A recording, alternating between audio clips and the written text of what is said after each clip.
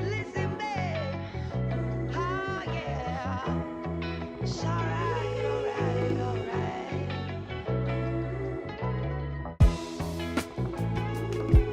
Listen, babe. Oh, yeah. It's alright, alright, alright.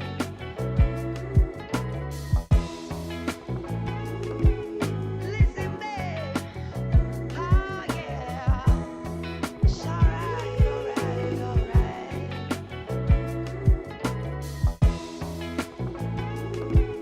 Listen, babe. Oh, yeah. It's alright, alright, alright.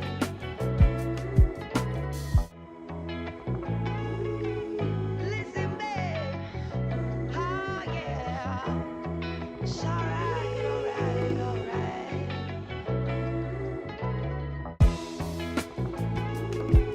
Listen, babe. Oh, yeah. It's alright, alright, alright.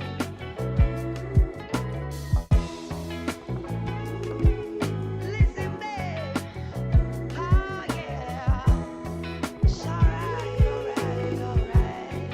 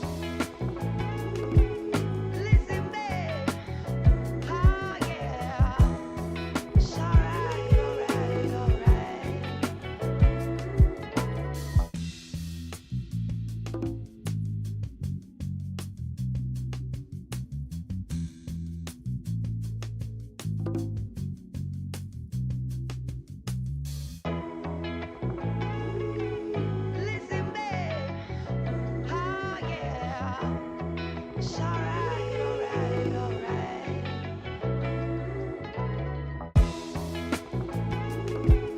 Listen, babe. Oh, yeah. It's alright, alright, alright.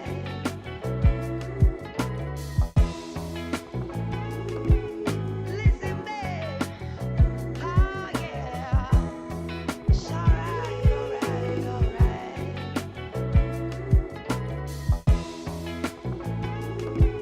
Listen, babe.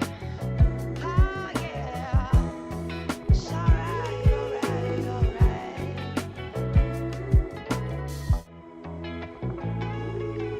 Listen, babe. Oh, yeah. It's alright, alright, alright.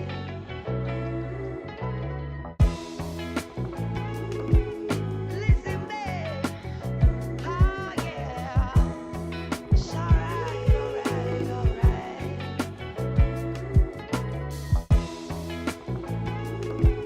Listen, babe. Oh, yeah. It's alright, alright, alright.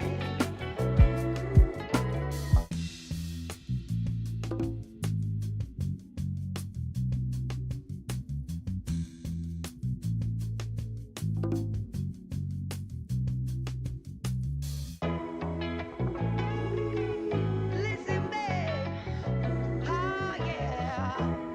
It's alright, alright, alright.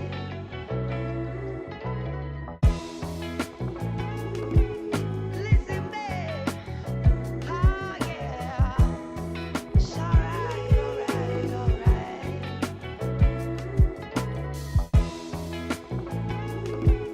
Listen, babe. Oh, yeah. It's alright, alright, alright.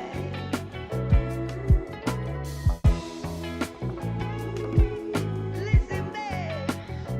Oh, yeah. It's alright, alright, alright.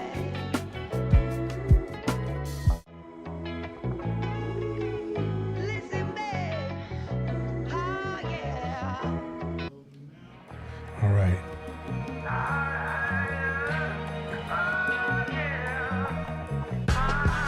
Cool breeze. I'm not gonna stop. I got hella steady slang.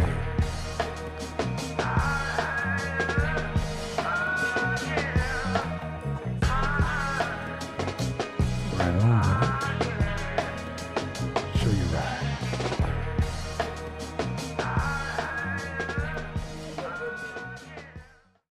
Cameras live, vocals live. Hey, welcome back. You know, we gotta get that coordination down so they don't hear me going, are we live yet? We good? Hey, what's happening, everybody? Dude, that just seems funny. Got a fun class tonight. Tonight I'm gonna target tonight. I'm not gonna tell you who it is. I'm not gonna tell you, even the person asked me, were you talking about me? Probably was, but I ain't gonna tell you. But tonight I'm targeting a lot of entrepreneurs who've had conversations with me in the 2-week break. So this class is really dedicated to them. And I want to hit some key areas tonight that are seriously critical. 2, tonight I want to focus on, so I don't know if you guys have been paying attention, but I'm teaching you guys how to make the right decision, not what is the right decision, right? And tonight I'm going to give you a decision-making tool that I think I use the most. I use it unconsciously as well as consciously all the time. This thinking tool was a very popular thinking tool before technology started dominating American human culture. Humans got by using this tool a lot when we made decisions. If you master the use of this tool, and this tool is one of the tools I'm going to give you tonight, it's a tool that if you take time and learn it, there's so many layers to it. It's not a simple tool. But it's also a tool that what makes me see, okay, a lot of people think that, oh, Nana, you know a lot. This tool is the reason why.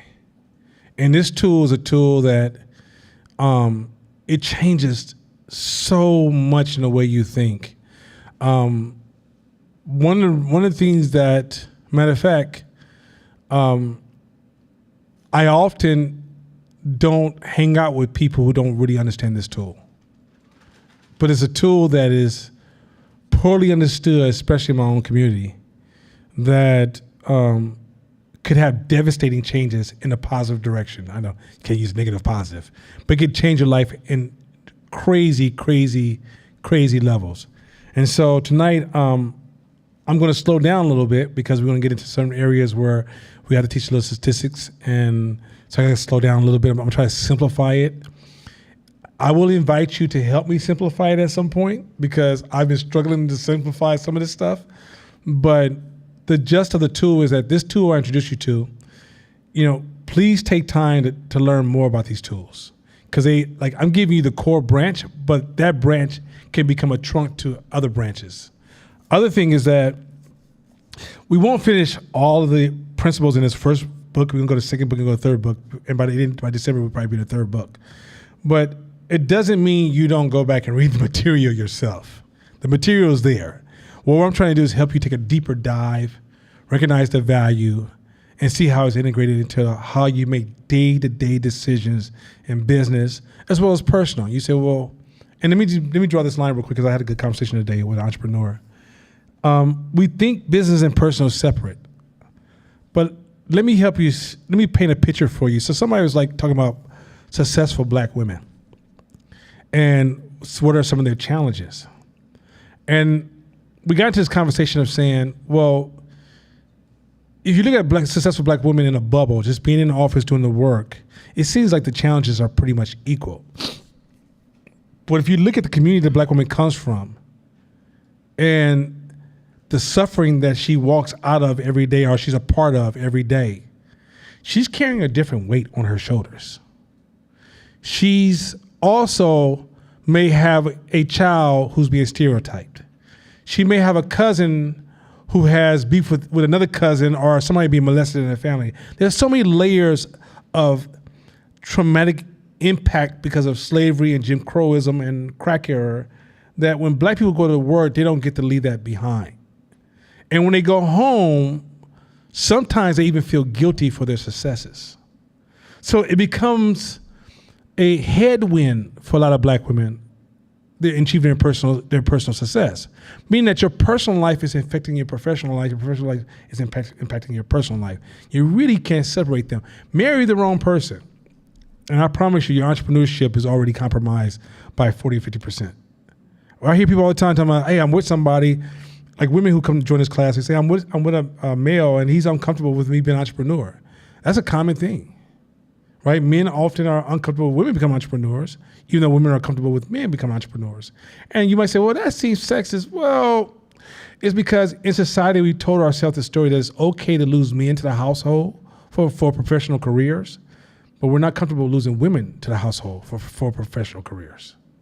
And so because of that creates this unspoken language of feelings and emotions that we can't describe, but it impacts the way we're showing up in these worlds. You may have a situation where you say, well, how come we don't see more women CEOs? We never ask the question, what does it take to be a CEO? It's a sacrifice. So are you willing to sacrifice your children or not having children to be a CEO? Those are questions you have to ask that are not easy questions for every woman to say yes to. And so where in society, we've almost designed society for men to give their lives up, where sometimes you never even see fathers. It's, fathers come in, go to sleep, wake up, they go the next morning, right? Some companies require CEOs to be there 6 or 7 days, to be available for 6 or 7 days. Some others are like, I don't want to be available for 6 or 7 days. And so it's one of those things where when women decide to go climb, whether they're in their personal career and entrepreneurship world, there really is no separation between business and personal on any level. And yet we still use that language, making us ignorant of the impact of our personal. So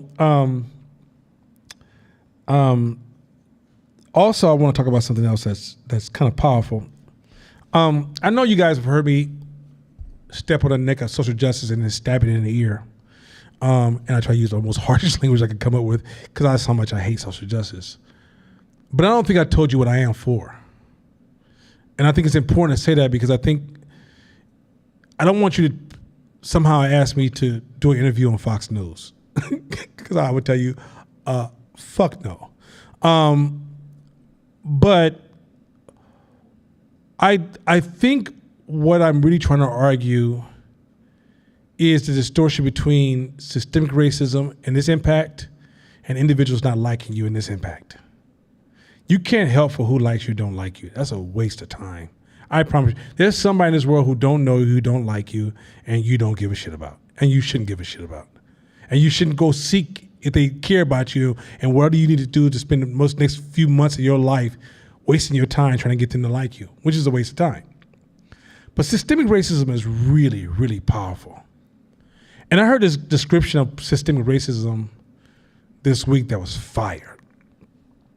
And so I can tie it to cycling. So when you're cycling, there's a headwind and a tailwind. So headwind is the wind blowing against you, tailwind is the wind blowing at your back. And Shakina comes to mind because I've seen her when she just got back to cycling. We would take off, and a tailwind is unnoticeable, right? And when a tailwind hits you, it looks like you are the dopest cyclist in the world, because the wind is giving you a push, but it's invisible to all onlookers. It's even invisible to the one who's riding the cycle. And I've ridden with Shakina before, and she's like, yeah, I got this. Oh, this is my day. I'm feeling it, right? And that tailwind is making, and she's right on me, right? Now, mind you, I ride more than her, so my advancement is just because of my commitment, because if she commits, she's going to pass me up. But I'm more advanced than her. So the wind is blowing me, and she's keeping up with me like she's just as advanced as me. You would never know the difference. So if you was an onlooker, you'd be like, oh my God, Shakina is a cold-blooded cyclist. So then we'll come back, and now we're in the headwinds. And all of a sudden, Nana is just making this huge separation. And Shakina's, and she's having this story. Her brain doesn't say, I was just in a tailwind, now I'm in a headwind. Her brain goes, I hate the fucking wind. And as she complains about the wind, if you're an outsider, you don't see her mental complaint. You don't even see her headwind causing her to slow down. On the outside, you think to yourself, she must not like riding bikes that much. Why is she riding so slow? Maybe her bike is broken. Because there's no visible signs that she's riding into a headwind. She's not registering it properly, and nor are onlookers. And if anything, she's being misjudged because people just understand, like, what is it about her that she can't ride as fast as the guy who rode the opposite direction into the tailwind? That is systemic racism. When somebody's watching somebody impacted by systemic racism, they can't understand or see what is the wind that's holding you back. They can't feel the forces. So in the end, somebody white will say, she must not like education. She must not value education over cars. She must value partying over being disciplined and focused. She must value junk food over good food. I don't understand it. And in a sense, they can't see the difference because it's an invisible force, just like the wind. And for the white person who's performing at a high level, who has a tailwind, they think they're there because they just can run faster or cycle faster, when really they are impacted by a tailwind. So often in this class, I say to you guys, until we change Castlemont locally, then all this little small shit don't matter to me. Because Castlemont is a headwind to a lot of young people who are about to enter into society. They're automatically being hit with forces they can't even register because they have normalized it. They think that's just the way it is. And the kid who's at, say, a school in Walnut Creek or Castro Valley is hit with a tailwind, and they're just moving and excelling. Then when they jump in society, and then neither one of them realized they were hit with different winds, as they start to cross-judge, they're misreading because they don't understand the forces that got them there. what we're neglecting in these conversations because they're so surface, like, this person said this, cancel. This person's homophobic, cancel, right? We don't realize that ultimately we're not seeing the deeper message that's actually impacting people. And quite as kept, I learned this from the gay community. Back in the early 2000s, gay community was going crazy with the word homophobic. Everybody was homophobic. If you disagreed with them, they would call you homophobic. So first I got angry with them. Like, would y'all cut that shit out? Shit's weak. But then I realized black people did the same thing. Oh, they racist. They racist. So as we run to these familiar, popular, comfortable terms, we're shrinking the analysis of where the real problem lies and where we should pour into the solution. And so when I say I hate social justice, because it's shrinking the conversation in the context to remove us away from, hey, talking about systemic racism and where we need to focus our energy to solve the problem. And we're shifting our conversation into, oh, Will Smith did this. Oh, he did that. Which is attention grabs, which allows us to shift our energy towards, oh, the police has an issue when, which one you think is going to kill more people? The headwind of Castlemont or the small forces of police? And when you sit down and look at it, you do the numbers, you realize that headwind is real for black people. Seriously, seriously real. Now, here's the hope, because I don't want to sell the headwind as an absolute, because sometimes we speak too strong and we make something sound absolute. What makes me ride faster in the wind than now Shakina's finally getting there is you accept the wind. And once you accept the wind, you use the wind to make you stronger. And eventually the wind becomes a gift to you to make you more powerful and achieve greater goals. So when you do get your temporary tailwinds, you can smash past the competition. It's when you focus on the headwind as being negative, you increase the negative forces of the headwind. The way you overcome a headwind is by shrinking the headwind by saying, I accept it. Another thing that Mashama said, I'm going to conclude this racial discussion because I got a lot to cover tonight. He said, so I told Mashama, I said, Nana, Mashama, I don't know where racism begins and where racism starts with a lot of individuals. He said, what do you mean? I said, because if a homeless guy lived in your house and said you was treating him unfair, how do you measure that? Right? Like, in order for you to claim fairness, you have to perform at a certain level. And he said, you know what's interesting? And this is his response. He said, if you're moving forward and there's nothing physically stopping you from moving forward, the only thing stopping you is your thoughts of the past. Let me say that again. If you're moving forward and there's nothing physically stopping you from moving forward, then the only thing stopping you is your thoughts of the past. And when you hear people discuss racism and its limitations and its resistance, it's rarely the obstacle in front of them. It's often referencing the obstacle from a past experience. And a lot of human beings live through the past. That's just, a lot of human beings do that. It's not just black people. A lot of people just live through the past. And I would argue that a lot of our restrictions are not in front of us. It's the narratives that kind of float through our community that create this perception of limitations that don't actually exist.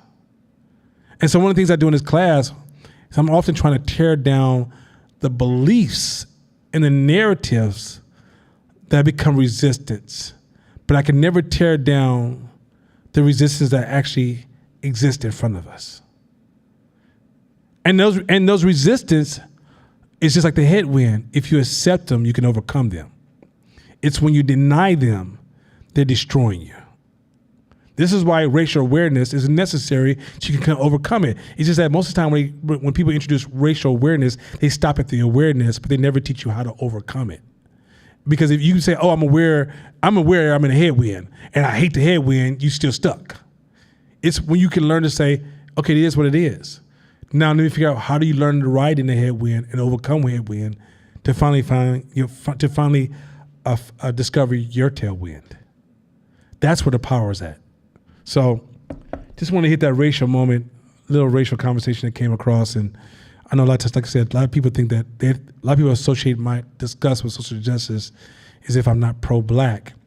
And it's that social justice is an elementary discussion of something that's way more complex, that's being shrunken, and we're not serving the issue by having such superficial surface dialogue about racial challenges and cultural challenges and racial complexity.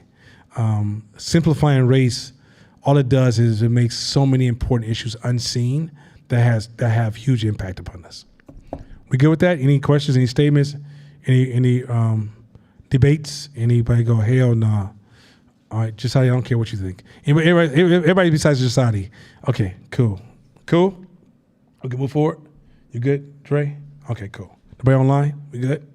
Okay, good. All right, let's jump into it.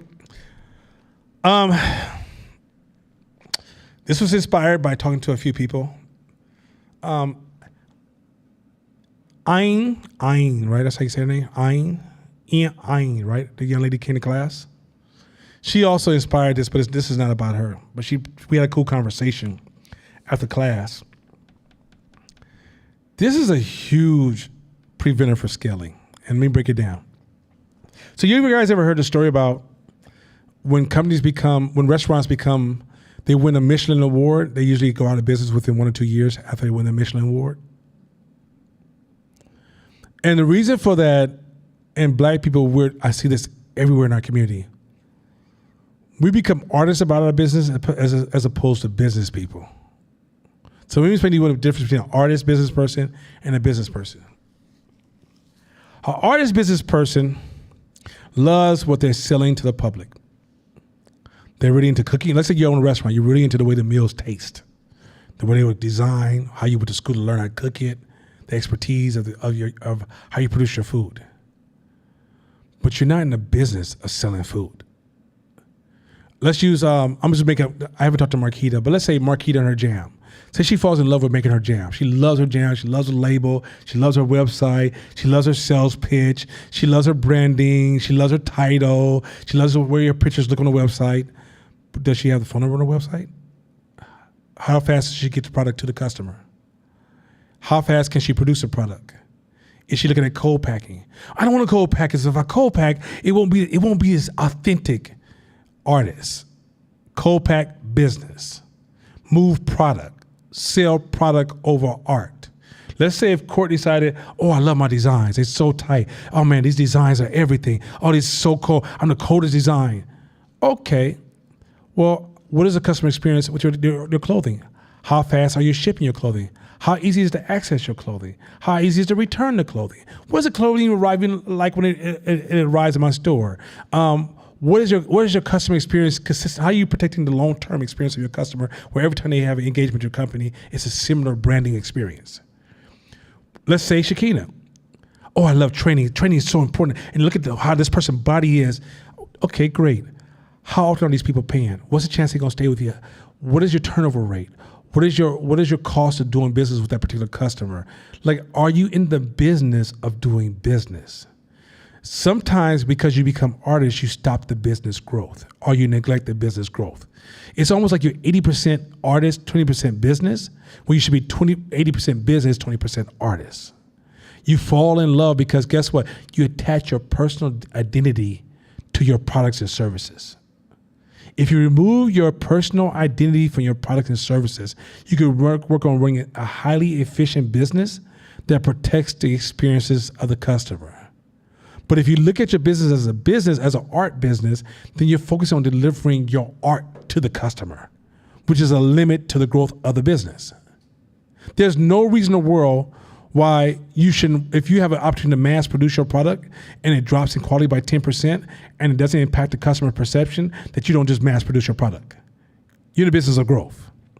As opposed to, no, I won't be authentic. I won't be able to touch it. If you don't get off that stupid shit, you think Versace was designing clothing? You think Gucci's designing clothing? You think any of those people design their own clothing? They're in the business of clothing. They have other people design their clothes and they put their brand on it, and they're in the business of moving products and running marketing schemes to get the clothing sold.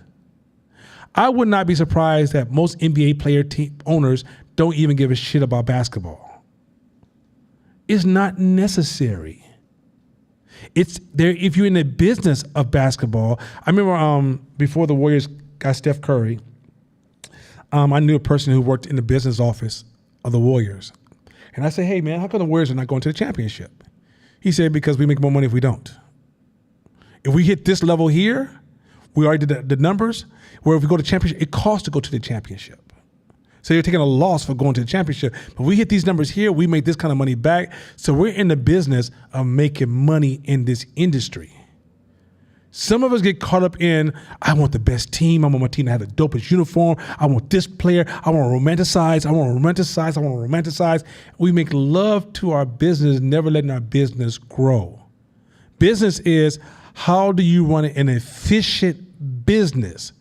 Like some of you guys, you go to your website, you don't have a phone number on your website. If a customer has a dispute, there's no one for them to talk to. But you got a whole bunch of people designing your products, or you spending hours and hours baking certain products, or you spending hours and hours doing customer hand-touching service and this and the other. Do you have a solid business? Do you have a solid way to take the money in? Do you have a solid way for communication? Do you have a solid way of speed of delivery? Are you aware of the long-term engagement of your relationship to your customers? If you don't do that, and it's so, when people suffer from history of not feeling like they're good enough, they turn their business as a personal expression. Run your business like a fucking business. Make 20% of it art, 80% business. Many of us are 80% art, 20% business. This is why most photographers don't make it, videographers don't make it. They're running their business like they fucking, like every picture has to be Rembrandt. Sell the fucking shots. Sell the fucking service. A good photographer on set is better than a great photographer who can't make it. Like, what is the human experience of photography? Fuck your picture. What is the human experience of a photo? Have you tapped into how to enhance the human experience, which then changes the perception of every photo that comes from you to that customer? Or are you into like, no, this lens here is more important than this lens. This camera is more important than this camera. And if you don't develop it this way, you're too much of an artist. That's why you don't make no money. You're spending more money than you're making. When you're a business person, you're focusing on how do you drive the business or whatever you do to make sales? And how do you maintain a consistent experience for your customer? That means you may not be the A+ photographer, you might be McDonald's of photography. If you're selling burgers, which one would you rather have? McDonald's or that fancy ass burger spot they just opened up in Berkeley that probably be closed in the next 10 years? You play the game. McDonald's even told you, we don't really give a shit about burgers necessarily. Give us the real estate. We take that real estate. They run it. McDonald's understand they move products like a business, and then you get a person open a burger company and they move their burger like an artist. Did you see the way I wrapped your burger? You see the table I had? You see that? You see the way the lights looked? You see the way the table was designed? You see where the chair feels? How many burgers did you sell? Oh, I sell. Or like in some businesses, how fast can you get them out them damn seats? How can you keep them moving so you can keep making sales? But you're so excited because you got a room full of people, but they're sitting there for 2 hours.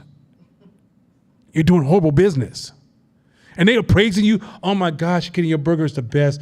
I've never been to a place like this place. Ambiance is amazing. And you're going, yeah, I know I made a good idea. See, my customers love my place.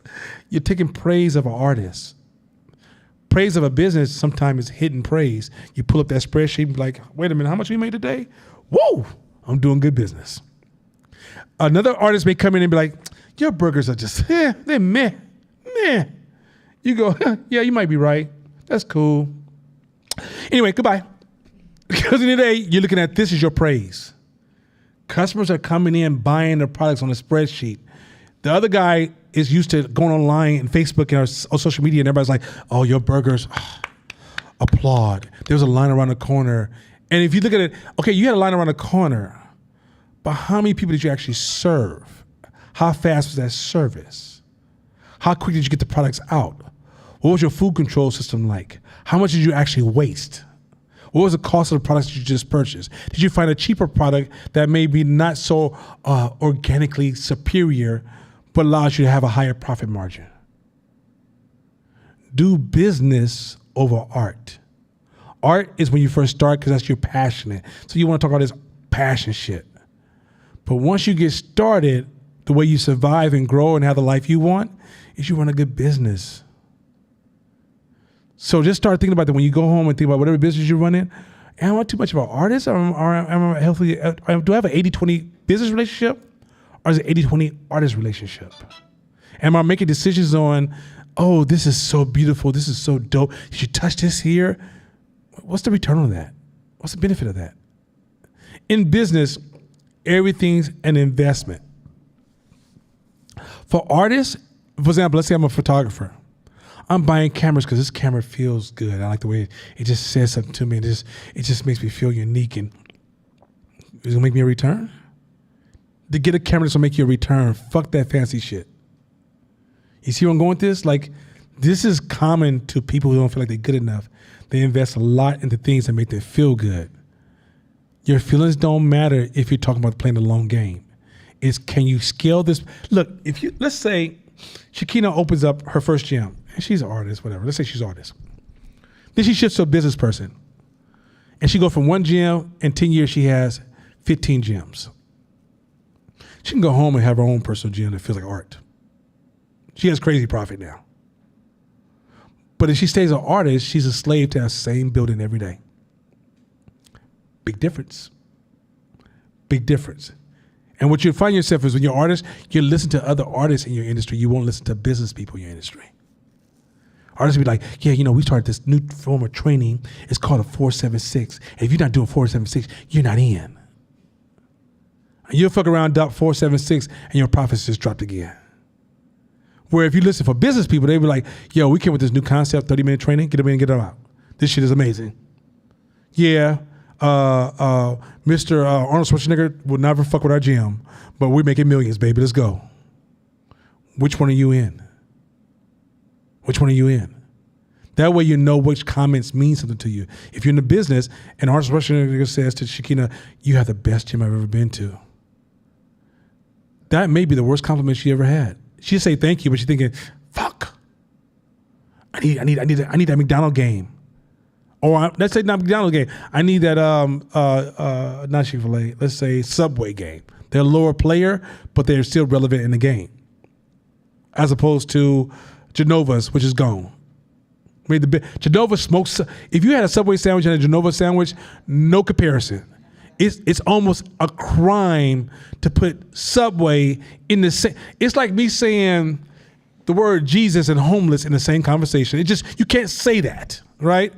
That's how far Subway is for Genova. And guess what? Still running strong and still opening new stores. Genova gone. Artists versus business.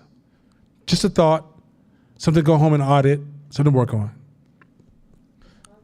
Okay, hey, turn the microphone. Yeah, okay, go ahead. Oh, turn up, check her microphone real quick. She just said, just 1, 2, 3. She should be. No, go next one. Go to the other one. Next 1 or 2. One of those. Just turn them both up. They're to the right. No, you. Hold on a second.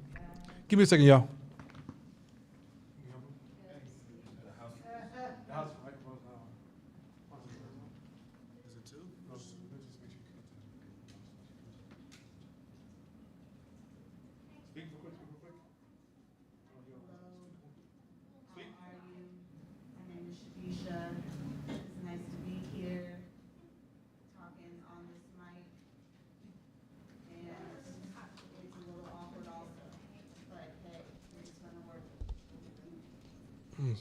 Something wrong with number 1. Try again.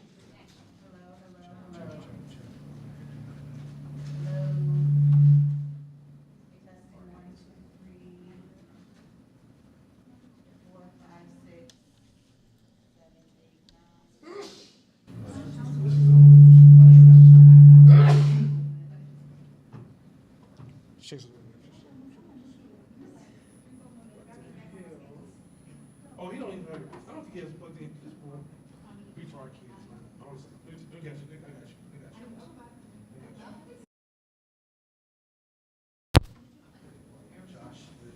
you.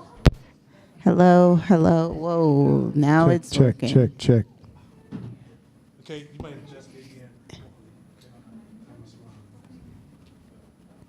All right, go ahead. Chris There you go, Foster there you go. said, Just turn me up turn me up a little bit, real quick, we got Josh and his brilliance. There you go. Turn me down a little bit. I got a hum. Somebody has a hum. is it me? Test. There you go. Think we're okay. Think we're okay? Make sure we look good on Ecamm. It's I need to put this button. Okay, good. There's still a hum somewhere. Okay, go ahead. Okay, so Chris Foster had a joke and then he had something serious to say. He says, this makes perfect sense. It explains why Nana gets inferior Samsung products instead of Apple. Samsung at least gets the job done. Anyway, on my phone, as I look at my tablet, my phone. Sorry, it's either one. Apple has what's that candy bar design. Anyway, go ahead. Do me a favor. I still seem low. Dre, look at mine. I think I'm number one. Turn me up a little bit more. Turn me a little more. Turn me up a little more. Did you adjust that one there? Yeah. Could you put that back? You've been confusing everybody. No, I didn't just. I just slightly because it was. No, you shouldn't have to adjust me at all. Okay, go ahead. But then he said, seriously, this is helpful in scaling. It's forcing him to evaluate his systems. Being an artist works when just starting out, but evolving into a business person is a must. Look, it's when business first start, there's this thing called loose culture versus tight culture. When a business first starts, it's a loose culture, which is creative, break it, figure it out on the back end. Once a culture starts to grow or you get your first investor, the culture has to tighten up. The more you have to lose, the more a culture has to tighten up. That's why if you work at a bank or a business that has to do with high security or has high threats, it's a lot more of a conservative environment because of the external threats that it faces. You work at a company that's very creative and loose, it's a more loose environment. So what happens when you first start, you have all these loose ideas and you're playing, you're touching things, you're tampering, you're wearing multiple hats. But when it's time to grow the business, because here's the thing, if you don't grow, you will eventually die. If you don't grow, you eventually die. I'm sorry. It is, you know, like those little trees little Chinese design trees. What do they call them? Little trees? Bonsai trees. Businesses are not bonsai. They're not designed to just stay small and just last forever. That's a rarity that it happens. You have to have some form of growth happening. And as you decide to grow, you're going to become more and more conservative. A lot of those ideas that work when you were loosey-goosey, they won't expand past a certain amount of people. And one of the reasons you don't see enough high-rises or large businesses in our community is because quite often we get stuck in our artist mode. We're still personalizing our product. The less you personalize your product, the feedback means nothing to you. It's just data. But when it's personal, it is personal feedback. It's an attack. It's emotional, right? But the more you disconnect from the product that you built and turn it into a business and run like a business, if customers say it sucks, you can literally flip your business on its back like this and not care. But when it's personal, flipping it on its back, you will feel some kind of way because it's still personal. But when you're a business, you're driving this engine and you're changing your relationship to this business, because business is about moving a product to a market and serving a customer, not about pushing your ideas and what you do and don't want to do, what you do and don't like, and I gotta keep it authentic to the way it originally was. Like, you can have look, think about this. If I say, I'm gonna build this tool here and it's authentic to why I built it, but none of my customers give a shit, is my narrative stopping me from growing my own business? Simple question, right? And so why is this stopping me from growing my own business? Because I'm running my business as an artist. If I'm a business person, I'm going to listen to my customer, and what I started and where I am in business has been shifted and adjusted between our negotiation. Am I listening to you in my observations? Me hearing you, I'm constantly adjusting this to a point that I got this blue controller with 3 buttons. Where when I first designed it, it may have had 20 buttons. 'Cause I thought you don't need this, you won't need that, you won't. And customer says, I don't give a shit. I'm never going to push those other buttons. 'Cause I just get this one, this one, this one. And if you don't give it to me, I'm going to Samsung instead of fucking with that weak ass company called Apple that somehow are connected to the Lakers. Anyway, let's just move forward to something higher because I don't want to hurt Chris Falk because he really does believe in those losing Lakers. Anyway, let's move forward. Go ahead. I would love to say that this conversation is long overdue. This is, if you missed it, I think you should watch this over again. Rewind it another day. When you get home tomorrow, watch this from beginning to end because this is probably one of the biggest thorns in the flesh of a lot of entrepreneurs that I've talked to. I probably had 40 or 50 of these conversations, and they've always walked away like, fuck what he talking about. I'm going to continue doing my artist shit. And so, like, the way you put it together and the way you explained it is succinct and fucking dope. So, like, once I got over this hump, which artist shit is connected to your ego, once I got over that artist hump and moved over to the business person hump, that's when the money started rolling in. But staying locked into the artist shit is good for your ego and the few people that come up to tell you you're a genius, but outside of that, you ain't eating. So watch this shit again, please, because this was dope. This was fire. Thanks, brother, man. Thank you. Hey, check his mic. I think it's kind of low. Raise his mic up some. Or just, Court, just do a test. 1, 2, 3. Dre. Adjust his mic, which should be one of the 2 on the right. Look for the light that moves up and down and adjust it up. Test 1, 2, 3. Artist versus business person. Watch that shit again. Watch it again. Am I good? Yeah, you're good. All right, y'all. Any more questions on that before we can move forward? We good? Yeah. Okay. Tell Chris, okay. He is cracking up. Yeah, go ahead, sis. No, I just taught that today. You walked in at the tail end of it. But we got video. We just go back and catch on video but it's trust me, it's one of the number one reasons I see we can't get past. We can never become large business owners or hire many of our own people or be able to have a large staff. We're stopping it with our own narratives. And so we have this romanticism of, yeah, this is great, this is dope, this is strong, this is hot. I'm gonna have my own pair of Yeezys I designed them myself. Be Adidas, sell tennis shoes. Yeezys is one of sell tennis shoes. If I'm selling tennis shoes and Shakina designs a Yeezy, fine, you have that romantic relationship, but the reason she can never be my competition, she's too busy being Yeezy. Sell tennis shoes. And then you build a brand that you protect by the way your business runs, shapes your brand. But what happens is we think our brand is beautiful, the Yeezys are so beautiful. In the beginning, it is. In the beginning, I'm not challenging the beginning. I'm talking about scaling your business to the next level. When you first started a burger company, when McDonald's first started, they cooked great French fries and burgers. But as they scale, I promise you, things changed as they decided to scale the business that wasn't true to the original McDonald brothers. That's just business. That's why the McDonald brothers didn't grow. They were artists. What's the dude that took his name? Was it Roy? What's his name? Ray Kroc. Was it Ray Kroc? Ray Kroc came in. He was purely talking about business. Okay, great. That's how you make burgers and fries. This is efficient. This is amazing. This is a good business. Blew up the business. Then they said, let's buy some let's lock in the real estate. McDonald's got into all kind of businesses to sustain their core businesses because they're business people. So how do I make it where burgers and fries are not my only source of income anymore? Right? How do I make it where training is not my source of income? How do I make it where jelly or barbecue sauce or cleaning carpets or opening a restaurant? How do I stop making this my only source of income because I'm a business person, not a chef, not a trainer, I don't make sauce. Fuck your sauce. I'm not even lying. Like, I don't know. I would not be surprised if Mr. Kraft don't even eat Kraft's barbecue sauce. He'd be like, where's that fancy stuff?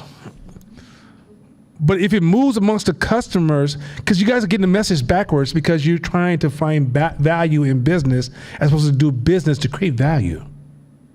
Big difference. Big difference. Big fucking difference. You could be valuable as hell in a community, stuck in your little corner store, working long hours and long days, depriving your family and fucking up your family lineage. Or you can run a business and you got other people, because you've grown so large, you're sitting in boardrooms with a clear-cut schedule and able to spend time traveling with your fucking family. Difference. All right. Go ahead. Do you think sometimes the way this scales can have a variance based on where you're geographically located, particularly in the case of food businesses? Because in the Bay, a lot of people place emphasis on farm to table, knowing where your food came from, and having a food experience versus having an efficiency experience. So do you think that maybe increasing the price to compensate for the fact that you won't get McDonald's numbers, but the numbers you get because people are buying into a very specific food experience will compensate so that you even out? Okay, so can you build a whole food experience? Yeah, you could, right? Like they could be a business right now based upon social justice because it's a large movement. If you're in a rich social justice environment. But reason a lot of these hipster restaurants never make it, they're artists. They done sold you that this shit is okay. That's not okay. That's just not scalable. I mean, I don't know, 2 years ago, if you were around me 2 years ago, I used to say, I hate food, farmer's market. I hate the farmer's market. I fucking hate the ignorant ass, over-passionate, overvalued farmer's market. Of jar of jelly for $25, you lost your fucking mind. Now, do you rather be the $25 a jar of jelly, which makes you feel good? Oh, everybody buys my jelly. Oh. Or you rather be Smuckers? I'm right with Smuckers. If Smuckers want to do something organic, they can just make a decision. I'm doing organic, and we're gonna roll out this organic shit as a line, see how that shit works. But they so robust because they're moving jars. You over here talking about my special jar. And the question is, what we're not looking at, what is the longevity of these companies? How many, matter of fact, since you've been here, since you've been into this new hipster culture, how many of these companies are actually lasting? They're not. They couldn't even come close to weathering the storm of COVID. They fell off the first couple of weeks of COVID. Oh shit. Because why? They had no good business to sustain themselves. When you're moving products and you expanding your choices and your options, even if one product falls off because the world says we don't want jelly anymore, well, I got mustard and ketchup and salt. I'm good. I got pepper over here. I got vinegar on the way. Let's go. And here's the other thing, the smart business. If I'm delivering jelly, I already have route control. Since I have route control, meaning that somebody's dropping my jelly off to Shabisha, to Shakina, and to Court. All I need to do now is add a couple ingredients to a truck, and I can bring products to market much cheaper, much easier, much faster. Where with you got to rev up to get your route game going. So I'm in the business of strengthening my route, my access to my routes, not my jelly. Because I can keep changing products out every day to find out what works on my route and exploit my routes, and now there's a money sources for me.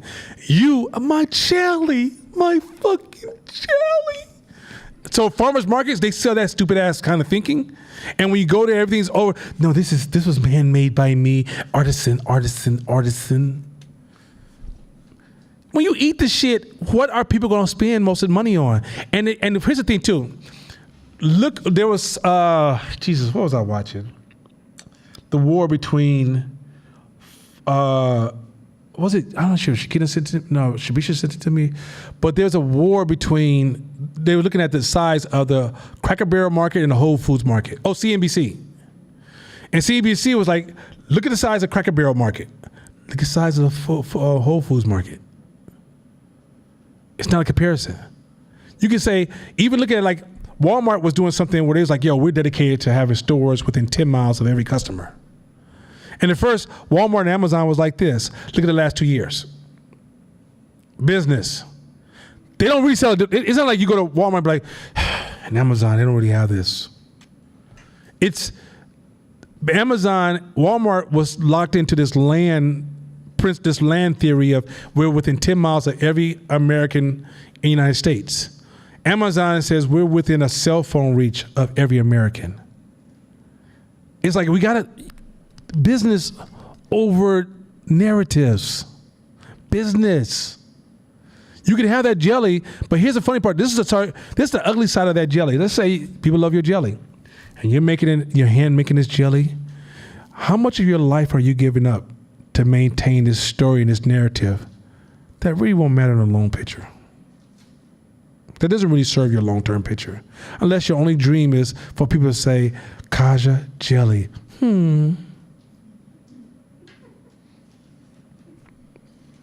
Business. Are you in business?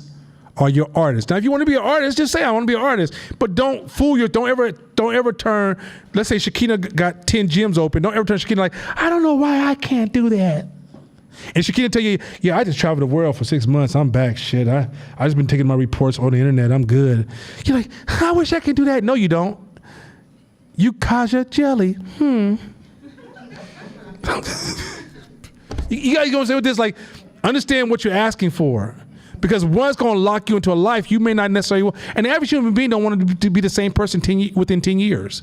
There's about a decade of whatever you want to be right now. You got about a decade of sustainability before you say, I think I'll do something else. That's normal for all human beings.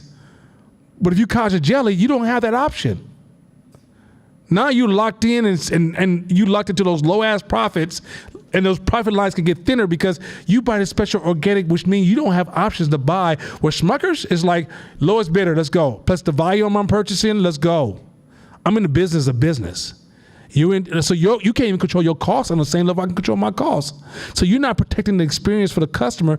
And if majority of the customers that you're trying to sell your product to doesn't have that much cash, they don't have the .com crash. And even the .com cash is short-lived because as we push more and more students to come out of college with a .com education, the income and the paychecks are going to come down. And they become part of the regular middle class. And guess what Smucker's is doing? Still rolling. And you know what you're doing. You're at the farmer's market with like 3 people. That's my point. Like, think business over art. Go ahead. Pass her microphone real quick. Just pass the microphone. Well, I want you to give you a microphone real quick, just real quick. She's like, yeah, I'm used to mics all the time. Not today. You know, so they always in my face. No, just give me a minute. Go ahead. I was saying you might have already addressed this in the class, so I'll go back and watch it. But I did have a question in regards to how do you maintain value of like the aesthetic of a brand and then also meet like the scalability of a equitable business? You don't define the customer does. If you listen to the customer, which I talked about earlier, you're maintaining standards and quality by a hell of a listing program and adjusting your products to the customer desires. Often we can't listen to customers because we personalize it too much. So customers give us feedback, and it's like have you ever seen a situation where somebody gives you some kind of feedback, but because of whatever passion or narrative or character you had, you changed the feedback to fit your narrative? You didn't really hear what they said? That's what businesses end up doing when they become artists. They're not aligning with the market. What you intended on selling and what the market is asking for quite often is different. I talked to somebody, a business person today, I said, would you consider yourself unique? They said, yeah. Then how do you know what everybody else wants if you're unique? Why don't you respect your uniqueness and show it to customers with, I don't know what they want because I'm too unique to understand. Like at some point, we got to start to realize you have a complexity that made you who you are that may not necessarily and sometimes can serve a mass market. But you won't know that in your isolation, but your ego will tell you do. And so if you go to talk to court, you'll defend your ego, not defend the market.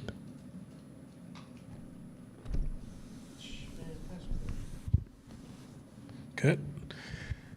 All right, y'all. Shabishi, ready? You got your reading muscles on? All right, let's do this shit. So this is a continuation of last week when we was talking about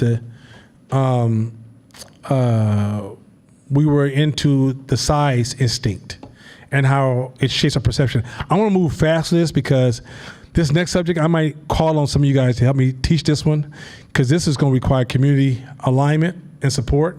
And and this next one, I want each slide, if you guys raise your hand, I'm going to pause it. Because I want this one, I'd rather take 2 classes to teach this next subject. Well, after we'll do kind of distortion first. But after we jump past cognitive distortions, I want us to take time. And if it takes 2 classes to teach one subject, this next subject is a must get. You must get this. If you don't get this, you suck at decision making. I know so many people who don't get it, who think they get it, but when they talk to me, I just don't feel like it's too hard for me to explain to them, you don't get this principle because the principle is too complex. Anyway, let's fly. By 2040, 60% of level 4 consumers will live outside the West. Yes, I think the Western domination of the world economy will soon be over. People in North America and Europe need to understand that most of the world population lives in Asia. In terms of economic muscles, we are becoming the 20%, not the 80%. Okay, black people, let me just say this real quick. Black people, my Latino family, and any of my Asian families or whatever else is on their families, you should be excited as fuck to hear this. Shabisha sent me a podcast. I'm not going to get to it just because I want to move fast. Anytime you have a large group of people that's growing, not only is there going to be more of those people, but they're going to have new desires. There's going to be new shift of money resources. Those are emerging markets with new ideas to serve. Those are billion-dollar, trillion-dollar, well, you guys put them together, trillions of dollars about to emerge in your lifetime that all of your knowledge of the past markets are irrelevant to. So if you're looking at 1960s standards of what you can and cannot do in business, you are missing all the emergence of all the new markets that not only happened since I was born. There's been 6 billion people. Since the day I was born, 6,000 million people were added to this earth. So since 67, 6,000 million people was added to this earth. Do you realize how many new markets and possibilities? That's why millionaires are going to be more common than you realize, because you have more people and you have more movement. And with level 4, you're going to have more international markets popping up. So Africa is no longer going to be a place you just visit to go find your culture. Africa is going to be a place full of opportunities for the African American to tap into. Asia is going to be a vibrant market that if you close your eyes to it, you're going to miss out. There's going to be conversations, for example, in 1980s, in 2008, when the real estate market crashed, China didn't know what the fuck was happening. If you told China, you remember the big real estate crash of 2008, they'd be like, what's that? What is that? You guys got to start to see how big the world is and how there's different narratives running all over the world and all these new opportunities that are emerging. So as you grow your business, stop thinking about just getting to the point where you have a business, you can hire 5 or 10 people. Even if you don't get past 5 or 10 people in your lifetime, start preparing your children to think about a larger market and more opportunities. Go ahead. But many of us can't fit these numbers into our nostalgic minds. Not only do we misjudge how big our war monuments should be in Vietnam, we also misjudge our importance in the future global marketplace. Many of us forget to behave properly with those who will control the future trade deals. So like even these trade deals, they matter to us. 2, what he's talking about is that when he went to Vietnam, he said, show me the monument of the Vietnam War, because it was such a big war to America. And the monument was smaller than his table. And he's like, what? He said, well, you want me to show the monument of the war I think they had with someplace in France. And the monument was like maybe the size of this table, a little bit bigger. And he's like, okay, that's still kind of small. He said, but you want to see the war that we had with China? And the monument was big as this building. And he's like, what the hell? Because they fought America for I think it was 20 years? But they was at war with China for 200 years. So to us, it felt like, oh, the Vietnam War is a big thing. But to Vietnam, it wasn't even considered a war. It was small. So a lot of times our perception, you got to understand that your perception of the world, this is one of the issues I have with the discussions around racism. A lot of times racism makes us think too local and too macro. When too micro. When we really need to open our brains to macro thinking, because there's bigger stories happening around us that can actually be like that boosting system or that support system or that emergent system that we can use to put us at a different level in the market. But we're so busy shrinking ourselves to such small arguments, we're missing such powerful stories and opportunities and movements around us. Next one. This one's going to come up twice tonight. Go ahead. Divide the numbers. often the best thing we can do to make a large number more meaningful is to divide it by a total. In my work, often that total is the total population. When we divide an amount, say the number of children in Hong Kong, by another amount, say the number of schools in Hong Kong, we get a rate, children per school in Hong Kong. Amounts are easier to find because they are easier to produce. Somebody just needs to count something, but rates are often more meaningful. So here's the thing. When you read a lot of headlines or what's happening around you, even from the stock market to schools to educators to scientists, if you don't know, and we're going to get into how to divide the numbers shortly. I'm going to get deeper into it, but just the introduction to it. If you don't know how to hear information and then divide that information to give you different numbers, you can once again go into the size instinct. I can steal your attention, your resources, and your actions based upon your misreading information. So somebody said, this has happened, right? Okay, I'll give you something superficial. Tiffany Haddish and Ari Spears, right? That's the latest news about the child video that was inappropriate, right? You read the headlines, it sounds like R. Kelly shit. But if you look a little deeper and you ask bigger questions, it's so far from it, right? But the people on social media, because they're very superficial, they're taking the headline and making that the conversation and a discussion. But really, as you dive deeper into it, it's nowhere near meets the scale of the dialogue. And so if you don't able to like look at information, divide stuff, look around it, ask what happened before, get context, learn more about details of the players, it is so easy to create mental distortions of the world around you. And this is what's happening with this racism. We don't really look at the numbers really well. We just hear a story and we take off in emotions.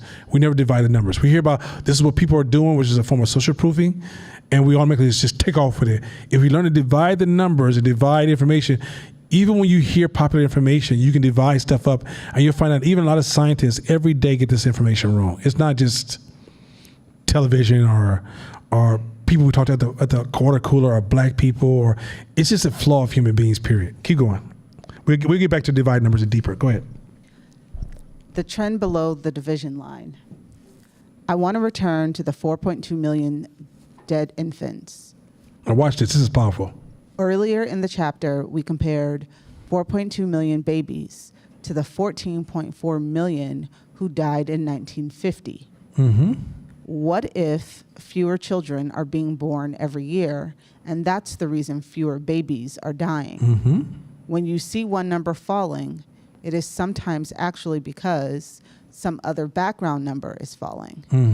To check, we need to divide the total number of child deaths by the total number of births. Go ahead. In 1950, 97 million children were born and 14.4 million children died. To get the child mortality rate, we divide the number of deaths, 14.4 million, by the number of births, 97 million. That comes out to 15%. So in 1950, out of every 100 babies who were born, 15 died before their first birthday. Pay attention. This is so important. So, okay. Before the first birthday. Go ahead. Now let's look at the most recent numbers. In 2016, 141 million children were born and 4.2 million died. Dividing the number of births by the number of deaths comes out to just 3%. Out of every 100 babies born across the world, only 3 die before reaching the age of 1. Wow. The infant mortality rate has changed from 15% to 3%. When we compare rates rather than the amounts of dead children, the most recent number suddenly seems astonishingly low. So could you imagine if I'm in the news and I'm like, 4.2 million children died last year. But how many people on earth right now? You know how many people on earth? It seems like, holy Jesus. Because you think about 4.2 million people, children dying, that's just almost overwhelming to your brain. But if you realize, 4.2 million babies died, but we have this many human beings, or many children being born, you realize, oh shit, we're doing better. Because life ain't never gonna be perfect. That's not how life works. 2, it happened in COVID. 500,000 people have died in the United States from COVID. How many states in the United States? 50. Okay, that means that in each state, the best case scenario is 10,000, right? But how many cities in those states? And once you break it down, that's 10 to 20 people per city. Or I think it was something lower than that. But like if you break it down how many cities in the United States and then you divide that number again, you realize, wait a minute, you guys acting like 1,000 people just died in the city of Oakland when it might be 20. But if you looked at the 5,000 number, your brain's gonna associate 5,000 with 5,000 people you've seen around you. It doesn't cover the whole state or the whole nation, right? And so the reason you have to be able to look at numbers correctly, large numbers are designed to manipulate you unless you use division. That's why when people come out to you like, even when you're talking about like projecting your business, sometimes you be like, only 3 people gonna buy my product. Well, yeah, but 3 people every block is how many now? Or if you got 100 people per city in California, oh my God, things just change.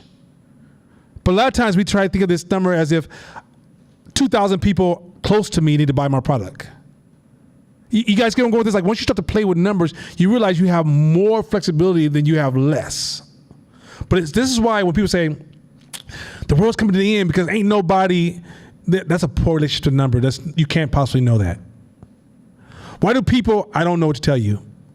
If you're not dividing numbers and looking at numbers, these are impossible conversations, but we have them all the time in barbershops, in front of water coolers, or at our houses, and yet there are false uses of numbers. Well, why does that matter? When you decide to scale, that's the same thing as clogging your scaling. Keep rolling. I want to get to the next one's going to be so far. Go ahead. Some people feel ashamed when doing this kind of math with human lives. I feel ashamed when not doing it. Yeah. A lonely number always makes me suspicious that I will misinterpret it. There you go. A number that I have compared and divided can instead fill me with hope. That's another thing too. Think about how many young people are hopeless because you keep telling them about these crazy, all the Tuskegee people. Look, okay, hold on, freeze. I'm gonna show you the flaw I think about Tuskegee. How many black people got poisoned and killed by Tuskegee? Anybody know the number? First of all, nobody knows the number. Let's just say for the sake of argument, it's 100 people. What year did that happen? Anybody know the year? Okay, I have the title pull this up because I'm going to show you how ridiculous it is. One second. Tuskegee, one second.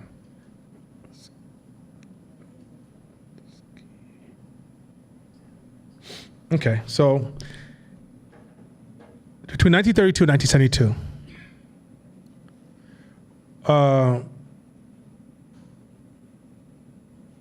so since that time, how many of those people are still employed with that same system in place, testing African Americans?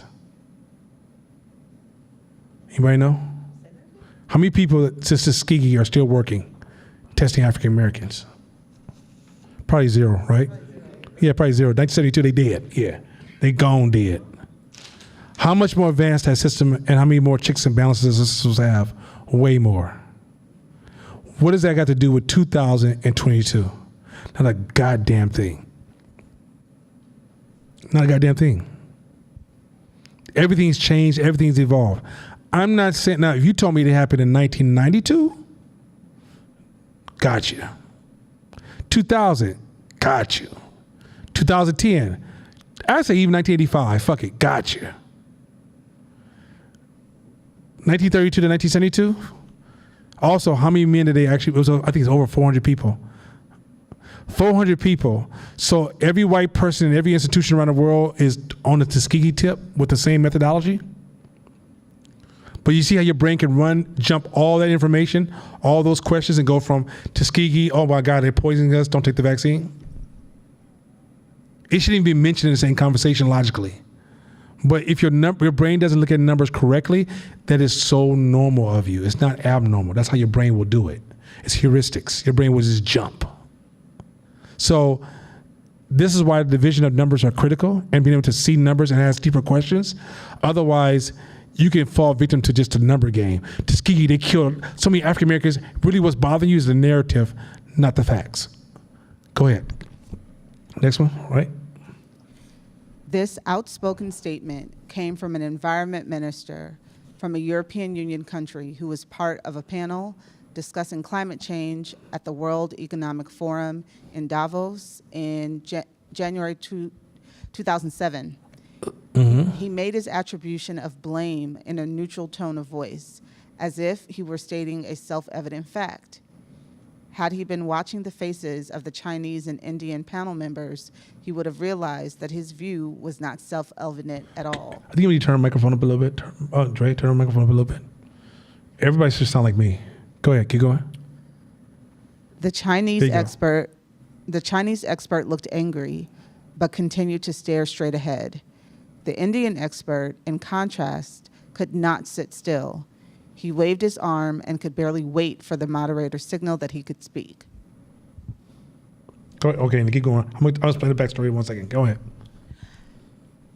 I couldn't have agreed more. I had for some time been appalled by the systematic blaming of climate change on China and India. So real quick, this person who was a specialist on climate change was highlighting the amount of pollution that's coming out of China and India and how America and Europe is, hey, we're not on the same level. And he was talking to a whole bunch of representatives of these different countries, and the folks from China and India was like getting irritated. Keep going. It was like claiming that obesity was worse in China than in the United States because the total body weight of the Chinese population was higher than that of the U.S. population. Arguing about emissions per nation was pointless when there was such enormous variation in population size. So what he's saying is that if you got 350 million and I got 4,000 million, or no, 2,000 million, and you got 350, of course our number's going to be different. We have more per person. So in order for you to see what our climate impact is, you have to divide the climate impact by the individuals, and you realize we have less of a climate impact than you do in the United States. You actually have higher climate impact per person than we do. But it's so easy for you to take this higher and mighty position by just looking at the big numbers. You get to shrink me. Black people, this happens to us all the fucking time. This is how you falsely judge all the time. Farrakhan had a famous discussion that Jay-Z put in his lyrics when he said, I guess I'm just being emotional at the end of his day. And what happened was Farrakhan told the white dude who was interviewing him, you don't get the right to ask about the savage behavior, I think it was of Nigeria at the time, because he was trying to insult Nigeria. And he's like, you don't get to, Nigeria just came online as an official country, I think 100 years ago or 200 years ago, something like that. And I think 100, was it 50 years ago, they came online. You've been online for 300 something years. Compare your savagery in your time to their time, and you smoked them. So you don't have the right to sit in front of me and act high and mighty over Nigeria when they just came online yesterday. If you don't divide the numbers, which Farrakhan did, he divided the numbers and said, wait a minute, you can't speak on that. But if you don't divide the numbers, when the guy asked him, they're doing this, and this, even though you don't do it today in America, what do you think, Farrakhan? He would have had that weight on his chest going, how do I explain this? But because his brain went to the instant division, if you want to talk about this country, you have to define how long have they been in as a nation, and then measure them by that and realize they're just going through evolution pains. Your evolution pains were way worse than theirs. And you have the audacity to sit in front of me and ask me about Nigeria. Ask yourself about your own fucking country. You see how your brain has to work quickly on dividing numbers? Because numbers can be worked against you if you don't know how to see numbers correctly. I get those big numbers at you all day long, and you be feeling some kind of way. But if you divide the numbers, you'll realize the game is totally different. Go ahead. By this logic, Norway, with its population of 5 million, could be emitting almost any amount of carbon dioxide per person. Go ahead. Yeah, go ahead. In this case, the large numbers, total emissions per nation, needed to be divided by the population of each country to give meaningful and comparable measures. Whether measuring HIV, GDP, mobile phone sales, internet users, or CO2 emissions, a per capita measurement, i.e. a rate per person, will almost always be more meaningful. So let's say you went to Africa and you only made $1 profit per item, but you had access to 1 billion people. Different conversation. Where if you only have access to 100,000 people, you might need to make $100 per item or $20 per item. You see, your profit margins change based on population sizes. And so the possibilities are crazy. Go ahead. Also, this trick can be played on us culturally. If you guys grew up around a lot of diverse groups like I have, we've come under the understanding that like Asian people are smart, or this culture is smarter. But if you do the real numbers, the Asian people in America are the ones who were the smartest, best, resourceful, wealthiest to get over here. But you go over to China and you see the other billion people that are over there, you'll realize that they just play the numbers game on you. So it's a billion people. So if 3% are super high IQ, their 3% is different than our 3%. So don't get caught in thinking other cultures are intellectually superior when in actuality where they come from is just a larger mass of people. You see how cold this game is? Like if you don't look at your numbers correctly, you can misjudge your culture, who you are, what you're part of, what you represent, because you're distorted by looking at single numbers. And this is what's used. This is modern day. This is systemic racism I'm introducing you to. Let me say this again. I'm introducing you to systemic racism. Systemic racism, I can lie to you by fudging the numbers. I can even make it seem like it doesn't exist if I fudge the numbers hard enough. And did tell you need to pull yourself up by the bootstraps. Number game is a cold motherfucking game. And if you don't know how to read that game, you could be being played every day thinking you're something you're not. You know, like think about this. Trayvon Martin got killed in Florida and black folks were scared to let the kids at the house in Oakland. If that game ain't cold, I don't know what else is. Because we don't know how to see numbers. That's why it's important, because when you get into business, if you don't know how to see these numbers, you're going to hear a lot of numbers thrown at you all the time. You're not getting in the stock market. You need to get in the stock market because when you play the number game, you realize, bullshit. Everybody talk about 25% return. Barely you ever see anybody that makes more than 8 to 10% return. But when somebody has a moment where they find that perfect stock where they get that 25, 30% return, they brag as if they are part of the magic secret when really there is no magic secret. The market has a bell curve, and that bell curve says by far most people will be around 8 to 10%. Go ahead. When I see a lonely number in a news report, it always triggers an alarm. What should this lonely number be compared to? What was that number a year ago? That's important. So when somebody gives you information, you need to ask more. Anytime somebody gives you a number, ask more questions about any number that impacts a decision you're going to make. Ask more questions. Stop leaving numbers untouched and stop spreading a single number to the next person, contaminate their way they think. Keep going. 10 years ago. What is in a comparable country or region, and what should it be divided by? What is the total of which this is a part? What would this be per person? I compare the rates, and only then do I decide whether it really is an important number. That's called probability thinking, which is that's the magic thing we teach tonight. This is the beginning of probability thinking. And what he's saying is that when you have a curve that you're looking at of human behavior, the distance of your observation impacts the curve. If your observation is 5 years, the curve looks totally different if the observation is 20 years. So when people tell you things about culture or things, you got to be able to put things in, you got to pay attention to the timeline your observation is within. You can't say, I heard somebody say it last week, this happened, so I'm making this decision. That observation is too narrow, which means you got poor data to make a decision off of. So observation matters, right? Comparisons matter. You can't, in order for you to be extremely intelligent or better decision maker, you have to accept your mental weaknesses. The more you think your rationality and your will and your logic is a superpower, the more ignorant you are. You got to start to see the flaws of your thinking to build the right tools to enhance your thinking to make better decisions.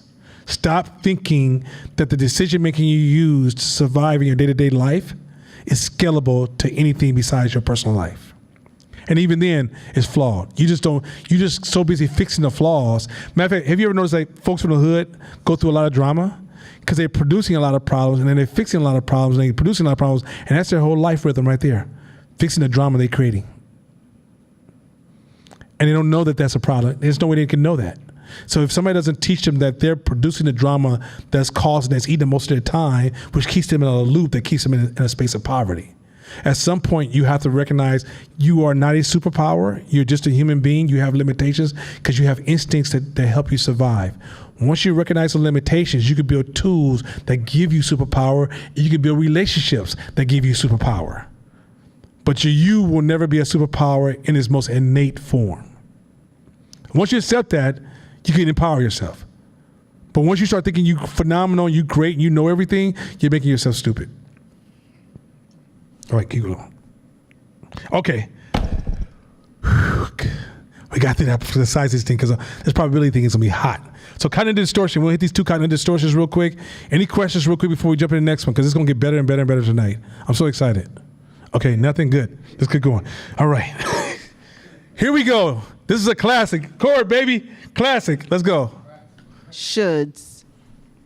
As cognitive distortions, should statements are subjective, ironclad rules you set for yourself and others without considering the specifics of a circumstance.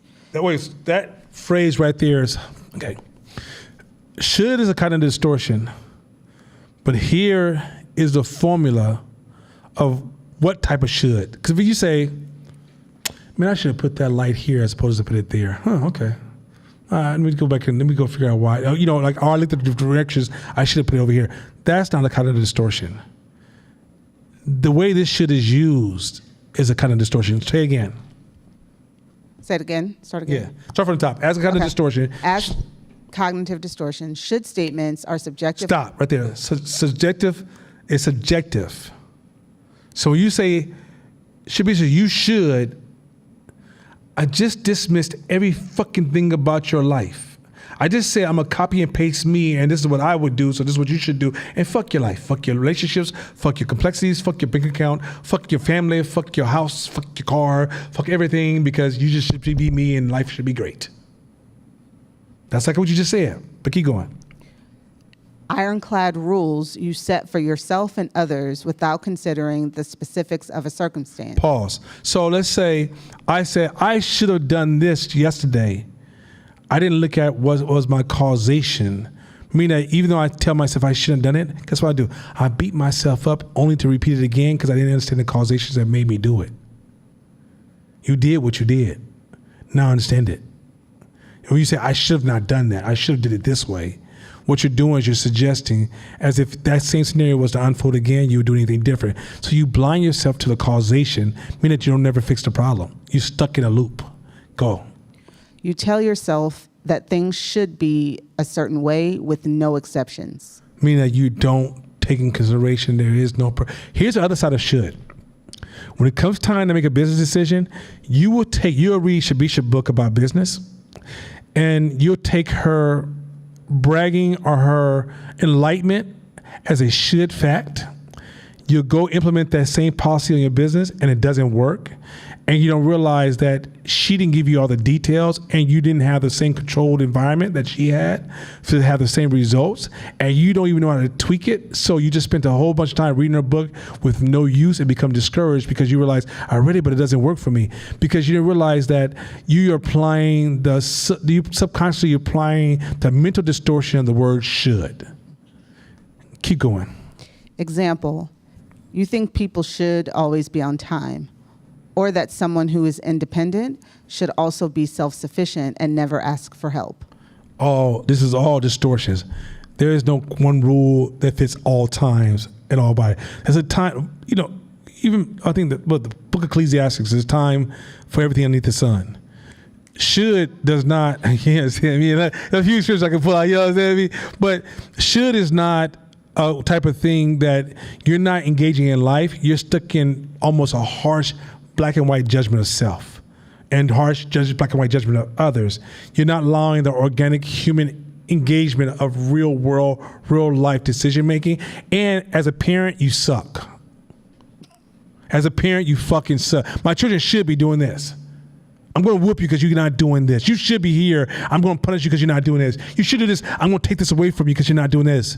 You're not taking into consideration all the interacting variables that's changing your perception of what you usually would do or what has usually happened in that child's life. You're not even taking into consideration the psychological differences between you and that child. So the word should, it often poisons your strategical thinking because once you remove should, your brain gets the freedom to go, well, it could be this, it could be that, this could be the possibility. You actually grow your fucking empathy finally. When you're stuck in should, you have no empathy. You're too busy judging people telling what they're supposed to be doing, the way the world's supposed to be. This is a lot of lonely motherfuckers got this problem. They walk around all day long, tell you what's wrong with everybody in the world and then what's wrong with them, and then they beat themselves up just as bad. Because I should be here. I should have went to school. I should have married this person. I should have not did this. I should have this. I shouldn't. You did all the fuck you did because of what? Now it's more important to understand what was the motivation, causation, or correlation that drove those decisions. You guys get where I'm going with this? Keep going. Let's keep rolling. This is a great one. Go ahead. When it comes to yourself, you might believe you should always make your bed or you should always make people laugh. Mm-hmm. You should be better, you constantly tell yourself. Mm-hmm. When things don't happen, they really depend on many factors. You feel guilty, disappointed, let down, or frustrated. Regular shit. You may believe you're trying to motivate yourself with these statements, such as, I should go to the gym every day. You bottling, you're disconnected from your human motivations, you're disconnected from your why. You're losing access to self. As you embrace should, you're becoming a disconnect from yourself. Once you realize, like, when I was a young dude, I'm sitting over listening to some young girl talk to me. I'm young, she's young. And she's talking to me about some shit that just makes no sense. I can say to myself is, I'm doing this because she's a good person. I want to hear her speak, and I think she's valuable. But I tell myself the truth. No, I'm trying to sleep with her until she breaks my interest. That honesty kept me real about decision making. Then I asked myself, is it really worth it? Get up and go home, right? But if I'm lying to myself, social justice is almost forcing us to lie to ourselves and lie. Okay, do you realize that being prejudiced is natural? That's how you survive as an animal. You prejudice. You see somebody, you go, I don't trust her. Her hair too nice. Her hair that nice, she gonna want something from me. I don't trust her. I don't got nothing to say about Tennille. I'm mixing it up. So I'm talking about Tennille, right? And I'm saying I don't trust Tennille. Her hair is too nice. It's too swooped. Right? But the reality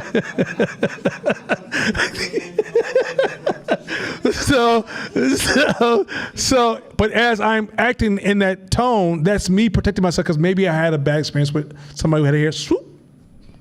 Right? Until I learn more depth, that's what I have to protect myself. Now, it doesn't mean I can't grow past it, but if you come to me at that moment and say, Nana, what do you feel about Tennille? Oh, I'm soup phobic. I don't trust a soup. If you want to, I'm not fucking with no soups. Right? That is part of human nature. But what we say is, I shouldn't feel like that. I should be this way. I should see. So guess what I do? I bottle those emotions and I do more racist stuff towards her, unconscious and uncontrollable, because I don't see my own behavior because I've disconnected from myself. This is a problem with the way that we're shaming with each other. We're losing contact to ourselves because some of our beliefs are flawed because they're part of our natural survival instinct. But in order for us to have access to it, we got to accept ourselves, even if it's good or bad. The should got us fucked up. Keep going. However, when circumstances change, you can't do what you should. You become angry and upset.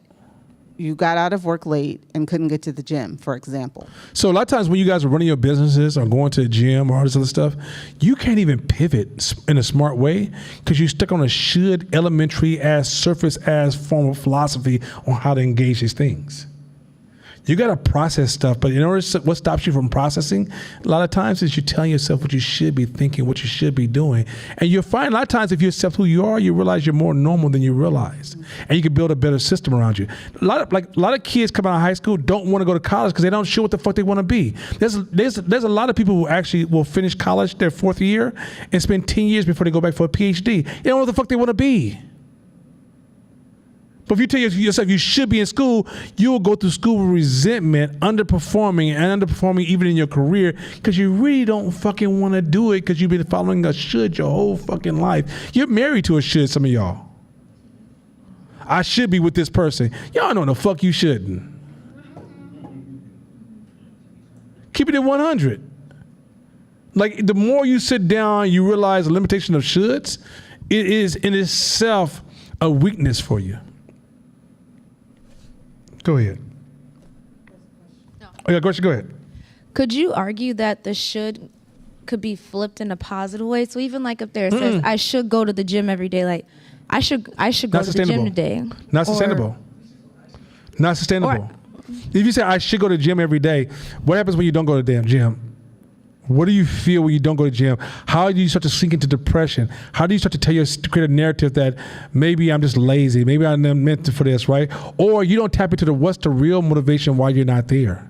What do you need to work on? What is the thing that's creating that blockage that you need to work on slowly in small chunks to get you to the point where this is a normal part of your behavior?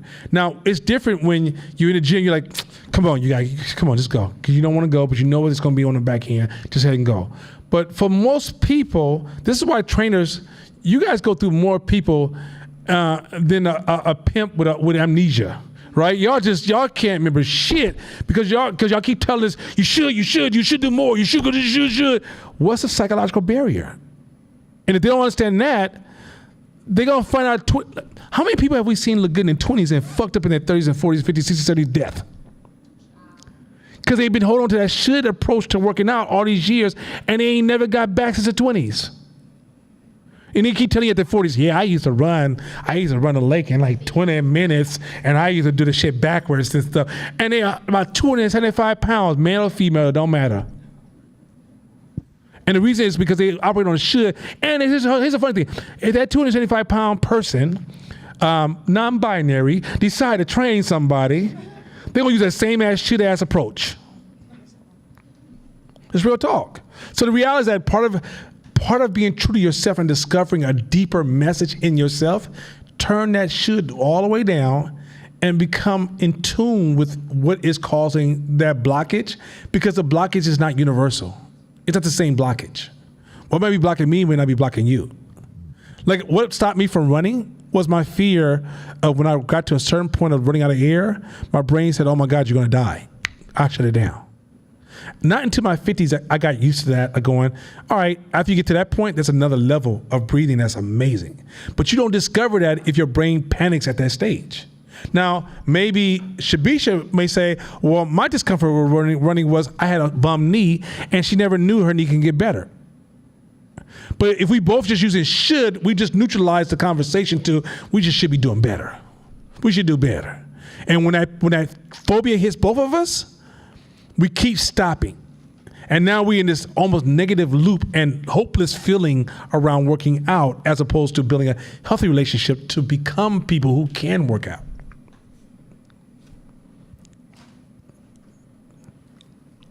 Go ahead. This one right here. Okay, first of all, they should call this kind of distortion here, hood black people shit. Because y'all heard this one. If anybody really black, I'm not sure if some of y'all was born middle class, but I was born in 69ville, 73rd in Lockwood, and it wasn't too much better then.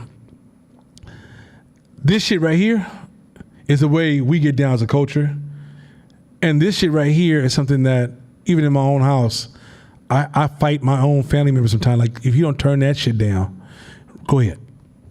Emotional reasoning. Y'all should almost say, yeah, go ahead. Emotional reasoning leads you to believe that the way you feel is a reflection of reality. How many people got mad at me that you listened to this class, got frustrated with me because they heard something I said and they felt attacked? That's emotional reasoning. Something I said without knowing you, without saying your name, saying what happened in your privacy, you feel some kind of way. Is that some cold shit? Keep going. I feel this way about this situation. Hence, it must be a fact. And I'm feeling some kind of way. You got me feeling some kind of way. Go ahead. Defines this cognitive distortion. Example. Feeling inadequate in a situation turns into, I don't belong anywhere. Keep going. This cognitive distortion might also lead you to believe future events depend on how you feel. Oh, so when you're running your business, depends on how I feel. I mean, it's just, Court, I try to talk to you, but it's hard to talk to Court because he makes me feel, what? Kaja, stop twitching in your chair, cause you move one more time. I'm trying to wonder what you guys,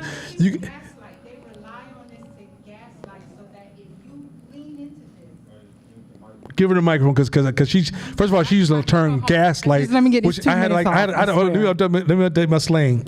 Go ahead. People, particularly when you're interacting with a group of people who all have this knowledge, people will gaslight you, right? They'll behave in a way where you will almost have to come directly from this, and then they can say, oh, you're dealing in a cognitive distortion. Now you gaslighting. Right, you're purposely setting up a conversation or a situation where if I lean into this, it looks like I'm cognitive distorting when you mean for that distortion to be there.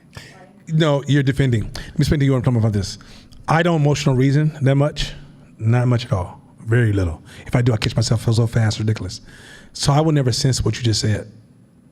I would never if you said to me, if Court was talking to me and he said, dude, your emotional reason, I'd be like, ooh, my bad. Because I see the other side of that. I see that, okay, I'm producing facts that don't exist because of the way I feel. I'm not sticking close to the facts that are in front of me. Because why is that important? When you have a job, you can do this and still eat. When you're an entrepreneur, you won't eat with this. This will destroy what you eat. You will spend more money on this one than you will on real shit. You won't pay your insurance because of this shit right here. You won't pay your taxes. Taxes? Oh, I bet you $100 emotional reasoning is all in your taxes, right? The emotional reasoning pops up so much, but as you let it go, you're still sensitive to it. Your sensitivity comes down so much to it, and you have such a desire not to deal with this. You can't gaslight me on this because if you point it out to me, I'm out of it. You say, no, you emotional reason. Okay, well, my bad. Let's switch on. And I can still keep the conversation going if I have a point. But if I don't have a point, I'm also willing to say, let me let that go. I have no problem losing the argument because my goal is not to win. My goal is to figure out what's going on. Right? But if my goal is to win, I take a loss. And you can always use that against me. You can't use nothing against me. Like, if you're talking to me, what you gonna use against me? Unless you saw me do some real wild stuff and you about to pull that videotape out, I'm like, oh, come on, Kaja, let that shit go, right? But if you be like, no, you ain't shit. You're one sample out of 8 billion people. You can't talk to me like that. I don't give a shit what you got to say. I'm not gonna get mad at you. At some point, I gotta recognize, oh, you tripping. Now, I might talk about it for a minute to Shabisha. Kaja really gonna tell me how I ain't shit. Who in the hell she thinks she is? She got this shit fucked up. But anyway, I got some shit to do tomorrow, right? Because at some point, you got to always play the sample game. You can't let 1 or 2 or 3 or 4 or 5 people direct your path in a world of 8 billion people. Dennis Rodman got paid. Ain't too many people in this class trying to be Dennis Rodman. He got paid. There's a world for you. At some point, you got to figure out what that world is. And sometimes it may not align with the world for me. So you can't gaslight me on throwing this in my face. If you tell me I'm being emotional reason, maybe I am too emotional to hear the fucking reason you trying to say. If you can give me one example do you think can get me, I'm willing to hear it right now. And if it does tap, like if there's just tap emotional bone in my body, I will say, yeah, that would have got me. You weak in dominoes. Huh? You weak in dominoes. I whooped you too many times for to hear you. Look, he over there talking from a victim space. You weak in dominoes. Man, I whooped him so many times, man. It feel like Tyson practice matches. Anyway, so Until he wants me, I'm gonna talk smack into the game. Like Domino's is my game. When I say Domino's, Chris Foster turns his computer off. Anyway, point is, so anyway, go to you may firmly. Okay, go ahead. You may firmly believe something bad will happen today because you woke up feeling anxious. You might also assess a random situation based on your emotional reaction. If someone says something that makes you angry, you immediately conclude that person is treating you poorly. Oh, if somebody made you angry, I'm treating you poorly. Do you realize that sometimes truth will make you angry? You can't make the truth the person who will support you. This is what destroys mentorship. I'm trying to mentor you. I done hurt your feelings. I done tore your passion apart, destroyed your dreams, told you your whole idea sucks. You didn't say it right, Nana. You could have said it. You could have added some perfume and flowers and rubbed my back or something, Nana. No, the fuck I couldn't. Because you're not that important for me to stop my whole fucking life and make sure you okay. I got to take care of myself first. I'm the number one person. But in mentorship, they will never make you feel good. This is why people keep jumping from mentors and then finding this motivational mentor to be telling you could do it, girl. It doesn't matter. Keep your head up and just keep going. Keep charging. You could be somebody. You're like, oh, she's so deep, Nana. Oh, my God. She don't hurt me like you hurt me. That's emotional reasoning. It ain't got to do with me. That's you. Go ahead, Court. Look at Court. Court, like we play a tag team. WWF, go ahead. I also want to say a lot of times to all of our spiritual, intuitive sisters and brothers too, a lot of times we'll use that to make business decisions.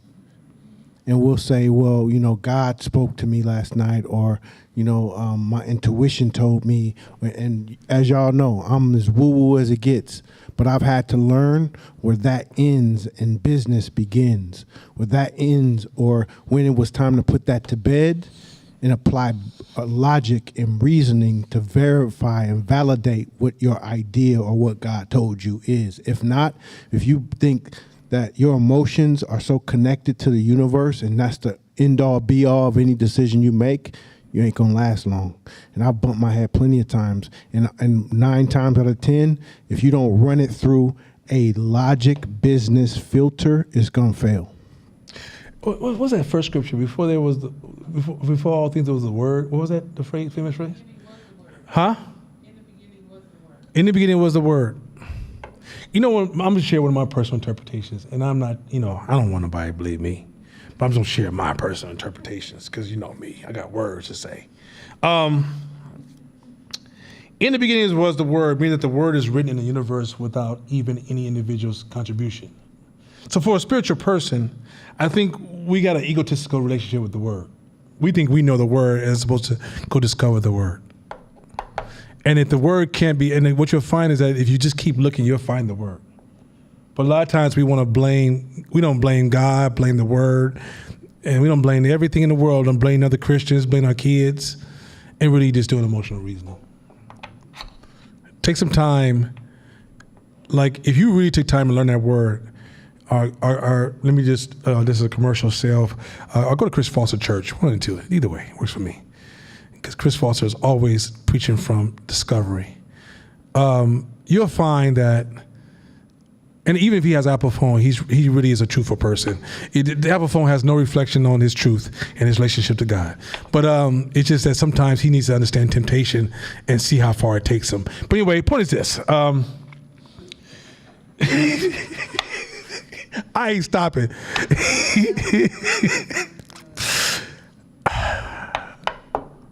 We said, he said, anyway, I'm letting it go. So what I'm saying is this, emotional reasoning, the word is reasoning is a key word, not just emotional. It's when you have this reasoning and then you find your ego making the argument as opposed to your observation making the argument. I'm not worried about you being wrong or right. I'm worried about your relationship to information, knowledge, and decision making. Because even if you use the best form of tools to make decisions, doesn't mean you're going to be right or wrong. You're just changing the probability. But when you use emotional reasoning, you're going to fall low on that probability scale. All right? Woo! Mental models on hold on a second. Yeah, I make sure I can see y'all. I got to put my other glasses on. This is gonna be rough, y'all. This is like going to a math / philosophy / business course. Everybody got some food? Change my glasses. Gotta change my glasses because I need to see y'all faces on this one. Some of y'all gonna feel some kind of way. And if I hurt your feelings, emotional reasoning, because I ain't call out your name. All right. Here we go. Woo! It's about to get ugly. Ready? All right. I just want to say, everybody, before we start, I love you guys. This is not personal. Happy Kwanzaa. I just want to say that real quick. I just want to put some positive energy in your heart because you may feel a little negative once we get into this, but this ain't me. But if you get this next model, I promise you, you're going to come off as a genius. In so many cases, it's going to scare people. Like, people will be like, oh my God, Kaja, you're hella smart. Well, they won't say hella smart. They say, some corporate way of saying you're very, very smart. And it's really, you're using this model to the max. It's probably one of the most used models I have of all models I use. All right, ready? Let's do it. Our lack of perfect information about the world gives rise to all of probability theory and its usefulness. We know now that the future is inherently unpredictable because not all variables can be known, and even the smallest error imaginable in our data very quickly throws off our predictions. If we go any further, she missed a. We missed? I think we missed. She missed a slide, but that's okay. Probability thinking is a mathematical equation to make decisions. In this mathematical equations, nothing in life is guaranteed. We all know that, right? Everybody, preachers been telling you that for years, but I don't think you guys ever broke that down. What does it mean when they said nothing in this world is guaranteed? And so because nothing in this world is guaranteed, everything you're doing is only increasing probability. Nothing is guaranteed. So if I teach this class and you become the top student in this class, you've improved your probability of success. You are not given success. No one can give you success. No one can guarantee you be a perfect parent. No one can guarantee you have a perfect marriage. No one will guarantee that you will run a perfect business. No one will guarantee you be a perfect manager. No one guarantees you nothing. What you want to do is play the probability game. Court came to me a few weeks ago and he said something, and he used so much wisdom, but he didn't know it was wisdom. And he said, I think it's wisdom. Literally, that's what he said. He's talking about going to Las Vegas. And this is probability method he uses that yields him a high rate of success in Las Vegas. He was 100% accurate, right? Probability experts play a different game even in Las Vegas because we understand you don't necessarily control the outcome, but you can run a way of thinking to maximize a higher percentage of successful decision made, choices, and outcomes. But many of us listen to a lot of this self-help stuff as if somebody's offering you a guarantee. If you follow these 6 steps, you will achieve success. I just fucking lied to you. It's not possible. If you follow these 6 steps, I just increase your probability to achieve success. That's possible. But you have to look at the world through the vision of probabilities and let go of these absolutes, guarantees, and shoulds. Because all of those will lead you to a way of thinking that makes you too rigid to make the right decisions.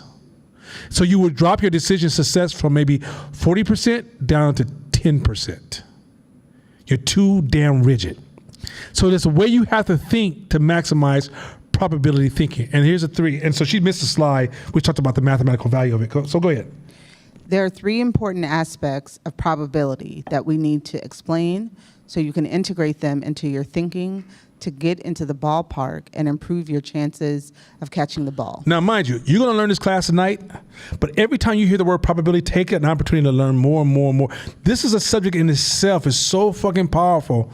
Now, you don't need to learn about probabilities like a data, somebody who's refining data, right? They understand probability. There's a equation. I can almost see the equation, but there's a mathematical equation on how to equate probability. You don't need to go there. You need to own the basics unless there's a reason for you to go there. If you understand probability thinking, okay, most mastermind people you see in society that you're like, oh my God, they was from a dope dealer to a brilliant genius, were excellent in probability thinking.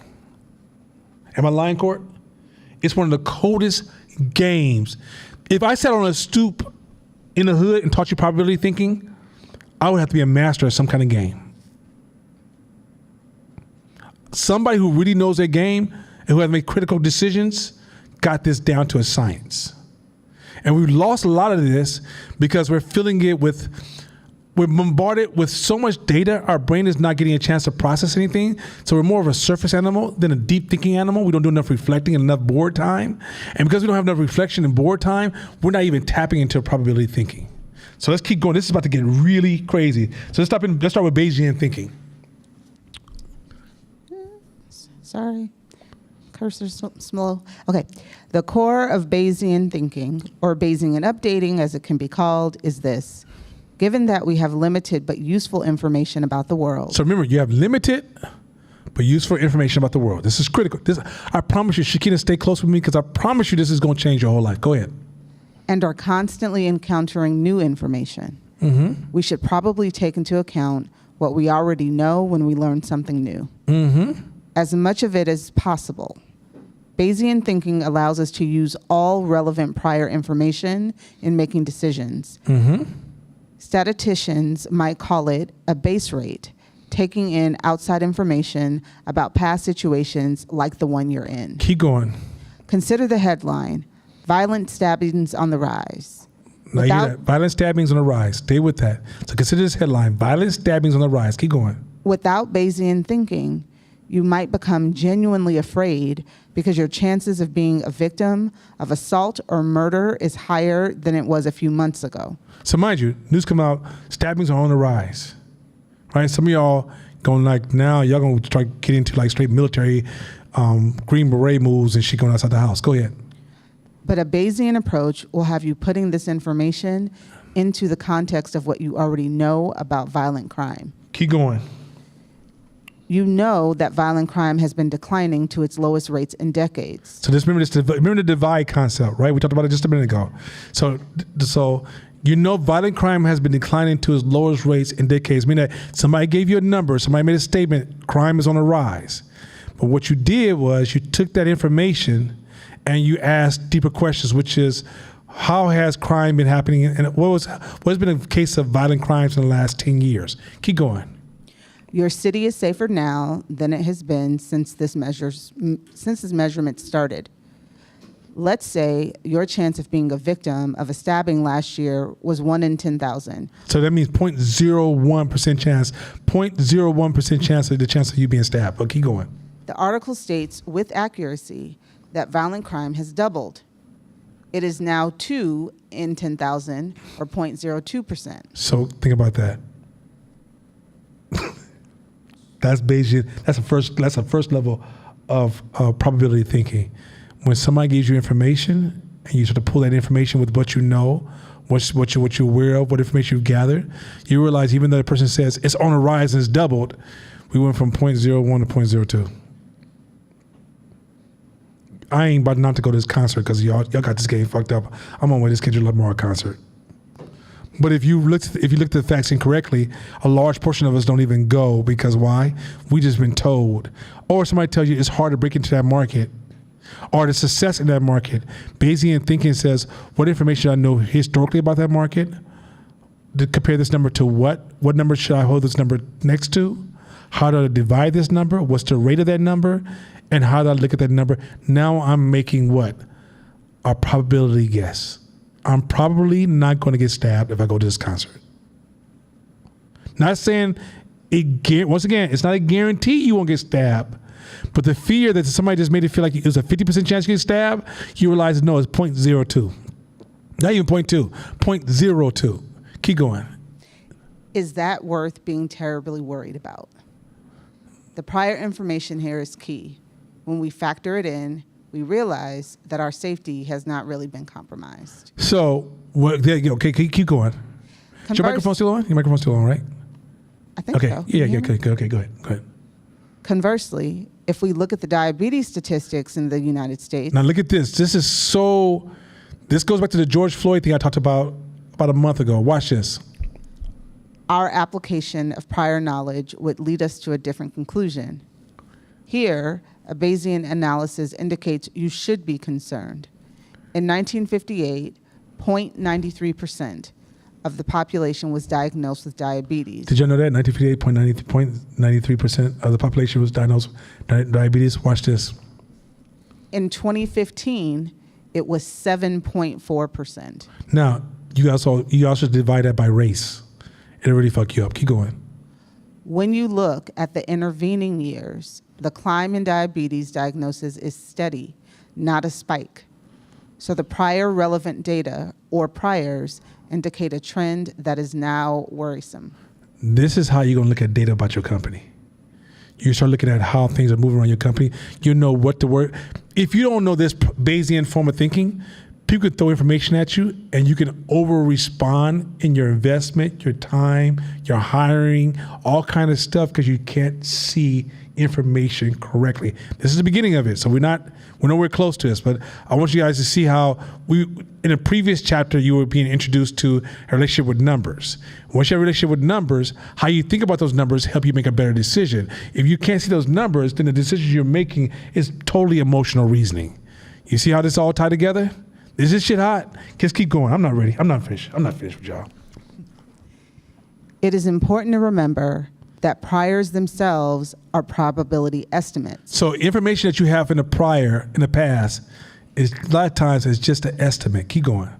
For each bit of prior knowledge, you are not putting it in a binary structure saying it is true or not.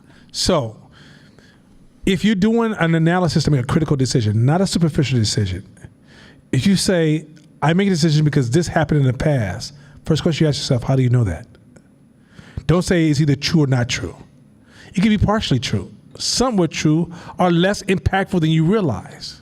So when you analyze a decision you have to make, never make it on a binary system of yes, either right or either wrong. You're able to sit back and go, okay, here's the facts I have, which is first principle thinking.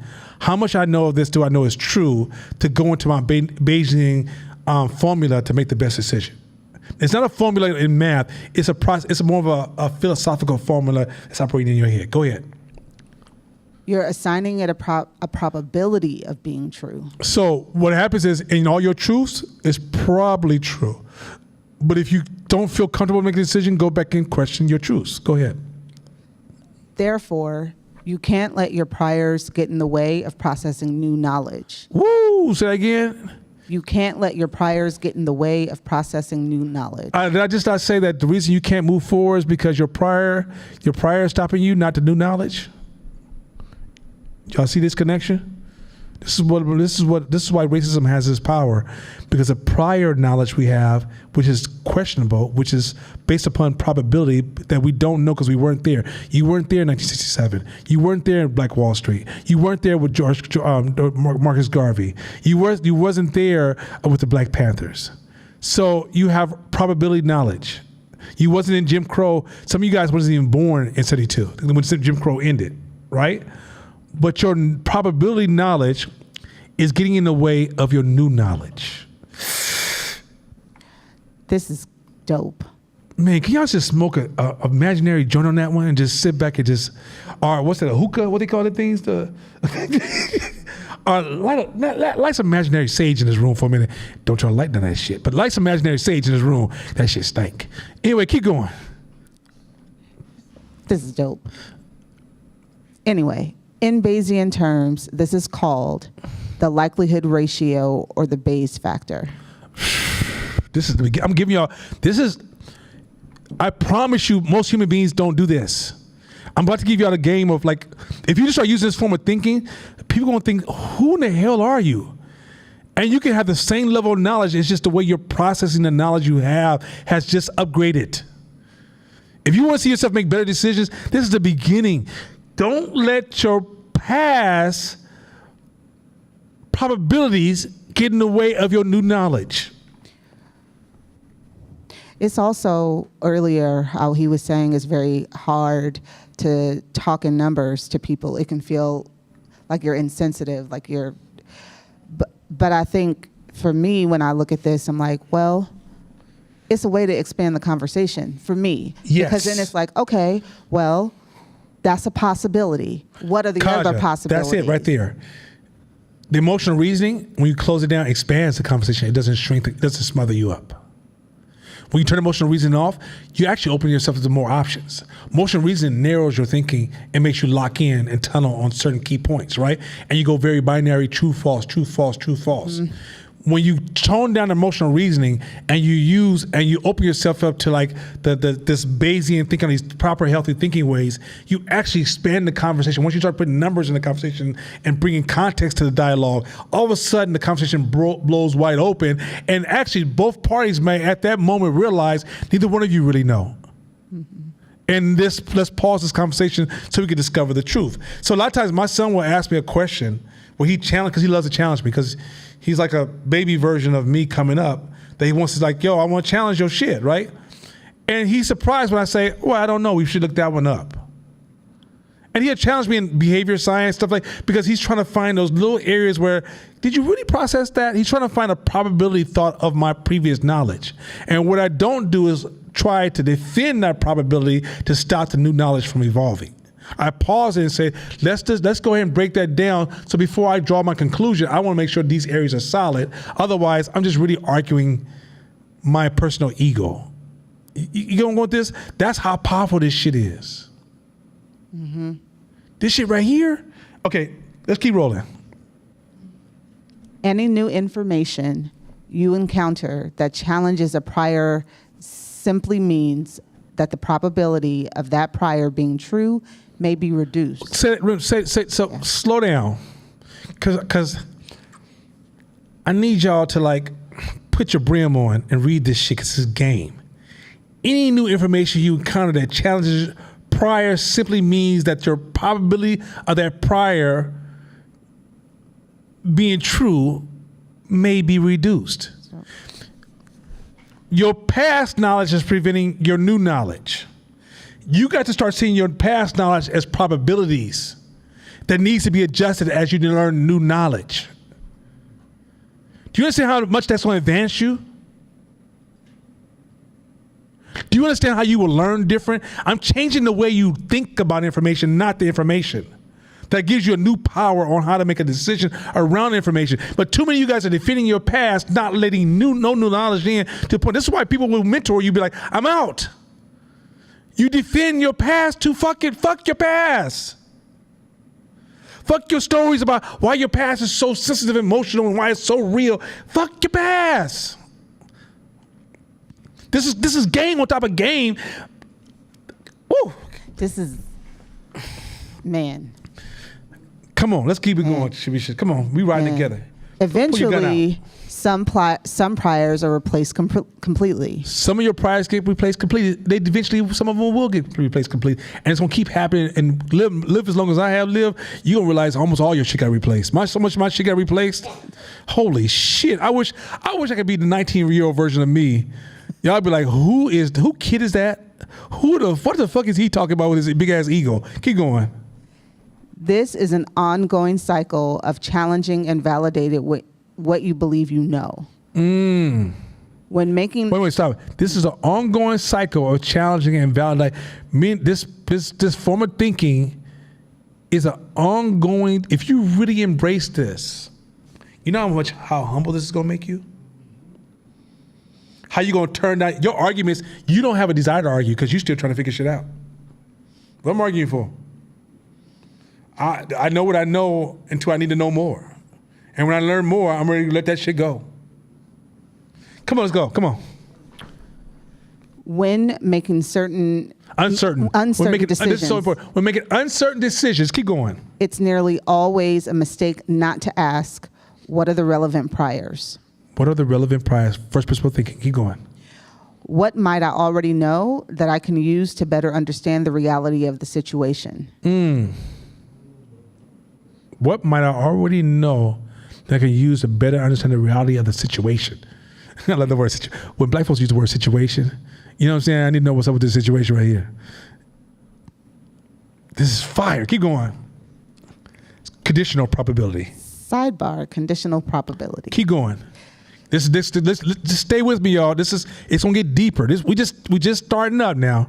We're gonna keep riding. Just keep riding with me. This vehicle gonna get a little fast right now. So it's like a roller coaster. We just been climbing. We're about to jump off a cliff in a second. Go ahead. Conditional probability is similar to Bayesian thinking in practice, but comes at it from a different angle. When you use historical events to predict the future, you have to be mindful of the conditions that surrounded that event. Stop. When you guys quote information, I rarely hear people pass information without bringing conditions into relevance. If I say Shabisha did this, you can do this. What are the conditions that surrounding Shabisha, and how do I know there's the same conditions surrounding you? That's a different level of knowledge. Now you stop. This is the separation from pop knowledge to depth knowledge. This is the difference between pop decisions and deep decisions. So if you look at Steve Jobs, what did I do with you? What conditions around Steve Jobs is your condition? If you say, well, China, they do this. Well, excuse me, what conditions around China, what conditions around you? What's the similarities?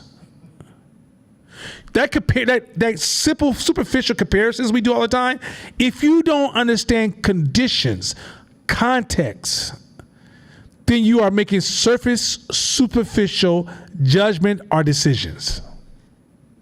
How does that not become a reason to exit?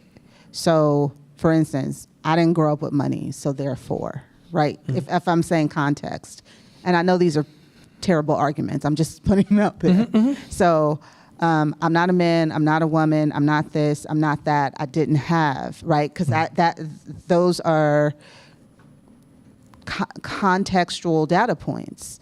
So how do you see those and then move around? I'm leading my question, but how do we assess those? So, and then make decisions from that. We'll go back to what I just said.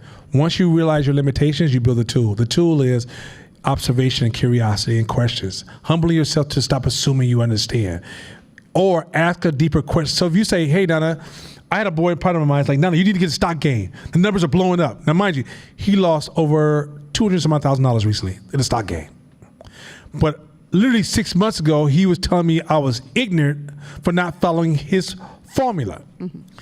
I know Bayesian thinking, and I realized, dude, that's a huge gap between this conversation and the reality of investing.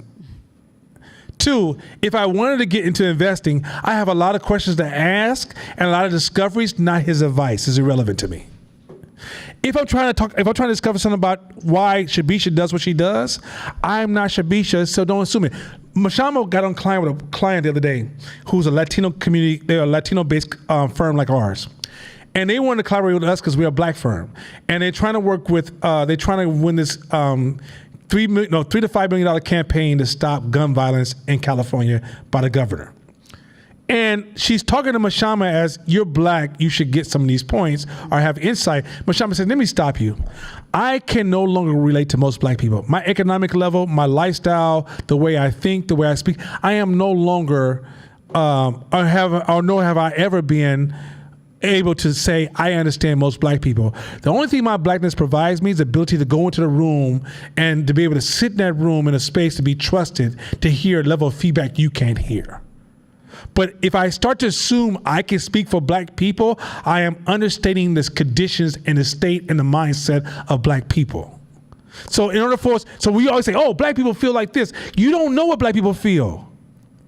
When I came up, that statement was a little bit stronger because we only had 3 television channels and everything was controlled. So if I watched not Cosby's, let's say if I watched Sanford and Son, we all said Sanford and Son. So we all can relate to Sanford and Son as a base of how we analyze each other.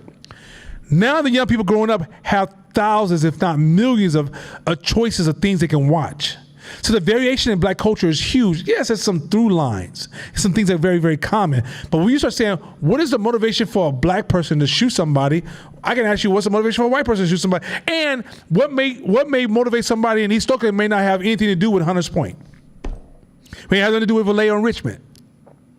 All those have to be studied separately because they all have different causations, narratives, and stories that are causing the outcome that seems very similar. So what this is saying is that when you think about making decisions about business or anything else, without understanding the conditions that surround the tactic or the strategy or whatever you're about to make a decision on, you are still ignorant of the decision you're going to make. Stop thinking you can just copy and paste somebody else's idea without understanding conditions. Keep going. Events can be independent, like tossing a coin, or dependent. In the latter case, it means the outcomes of an event are conditional on what preceded them. So whatever happened before them also made your beautiful advice, your beautiful idea. Steve Jobs. If you don't understand everything surrounding Steve Jobs, you don't know shit about Steve Jobs. The biography of Steve Jobs don't tell you shit about Steve Jobs. You would have to have a camera where you had people just analyzing, dissecting all the things that were happening around Apple, that when that decision was made, that if you make the exact same decision with your broke ass budget, you're gonna get a broke ass outcome. Because you don't have the same surroundings. So stop. So that's why I told somebody, I think it was maybe somebody, I don't study certain levels of wealth because it's irrelevant to where I am it's too far away. No relevance. I don't have the same conditions that surround it. I need to study people at this stage and this stage and this stage, but not the stage at the ceiling. It's too far away. That information is so conditionally shifted. And what happens is we start to turn people into heroes and we turn them into mental gods. Worship no other God besides me or before me. Ooh, keep going. Let's say the last 3 times I've hung out with you and we've gone for ice cream. Oh, wait a minute, wait. I don't know if y'all taking pills tonight or whatever, if y'all got your little sippy sip. Before you go to the bathroom and sip that alcohol, get this shit right here. Start this one again, but this shit is so cold. If this shit ain't cold, hit this shit. Go ahead. Let's say the last 3 times I've hung out with you and we've gone for ice cream, I've picked vanilla. Keep going. Do you conclude that vanilla is my favorite, and thus I will always choose it? This is observation game right here. This is about to be so much motherfucking game So every time I go to the store, I get ice cream. And every time you've been with me, I got vanilla ice cream. Right? Now, we always do this to family members and loved ones and people want to give gifts to. If you're in the business of service, this is a blind spot like a motherfucker. Keep going. You want to check first if my choosing vanilla is independent or dependent. This is so important. Did I choose the ice cream because it was independent or dependent? Keep going. Am I the first to choose from 100 flavors? Or am I further down the line when chocolate is no longer available? Ooh, do y'all get that? This is where all these goddamn nonprofits and government agencies, let's go ask the people because they know really what they need. Maybe that's the choice they make because that's all they have.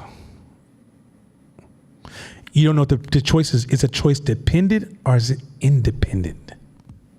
So let's say you have somebody in your life, they always buying ice cream, vanilla. You didn't realize the only reason I keep choosing vanilla is because they never have chocolate. So in those 100 times you watched me, you drew the conclusion, let's pick a vanilla product to sell to Nana. Nana looks at your product and be like, that shit sucks if it was just chocolate. You'd be like, what? Because you were too elementary to understand that we have independent and dependent decision making. And in order to understand dependent decision making, you cannot observe us without talking to us. Hey, why'd you choose vanilla? Independent, dependent, solved. But if you just automatically just watch and go, every time he goes to the store, he gets vanilla. This is where data research without ethnography engagement is flawed. This is probability thinking. Learning your market. People always say, no, how do I learn my market? I'm giving you the methods right now. This is the superpower on how to learn the market you wish to serve. And a lot of you guys can't see your market because you're doing observations without engagement. And how do you engage? When you're in class and you're doing theory, guess what's wrong with theory? Weak feedback loops. So you're not getting any feedback. You go out there, remember last week? Go sell some shit. And when you go sell something, you get feedback, and then you say, hey, why'd you buy my product? And that's when you get independent feedback as opposed to dependent feedback, which is a flawed, tampered source. This is when you're gift giving. Oh, I bought this for you because I know you always do this. I'm broke, dog. That's why I'll keep doing that shit. I might not be McDonald's every day because I want to be this motherfucker. Don't buy me a gift certificate at McDonald's. What's the fuck wrong with you? I'm broke. Buy me Whole Foods. I want Whole Foods. I'm just broke right now. Independent versus dependent.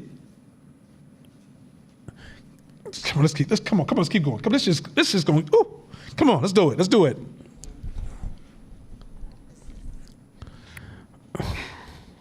Fire, ain't it? Let's go. My ice cream choice is independent if all the flavors are available each time someone in my group makes a choice. Mm-hmm. It is dependent if the preceding choices of my friends reduce what is available to me. Mm-hmm. In this case, the probability of my choosing vanilla is conditional on what is left after my friends make their choices. Thus, Well, stop real quick. Mm-hmm. I'm a mother, and you want to see what my spending habits are about. Sometimes my spending habits are more conditional.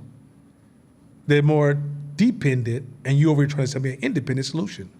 So if I'm a mother and you ask me what I'm going to buy, I'm more likely going to spend my money here. I might say I want this, and that's true. But what's going to more likely spend my money because I'm a mother is here. So 80% here, 20% here. But you build your market over here like the 80s over here. You see where this is going? Like knowing how to listen to people and understand the conditions that surround their decision making enhances your knowledge of their behavior patterns. But by you by you just watching individuals by just their actual behavior, you might think that this is the independent discussion is what she does every day, and this dependent discussion is over here. You might get them flip backwards and put most of your investment in the wrong place. Y'all see this game? I'm teaching you how to read a market. This is how big companies fail. Like this is because you don't talk to anybody. You have too much distance. This is one of the reasons they say that in companies, they make the higher up managers go meet the customer. Because a lot of times the higher up management teams start to believe that dependent is the independent or the independent is the dependent, and they're making these horrible decisions and the company's leaking money. And then some small company comes in and snatches the market because they can really see the customer.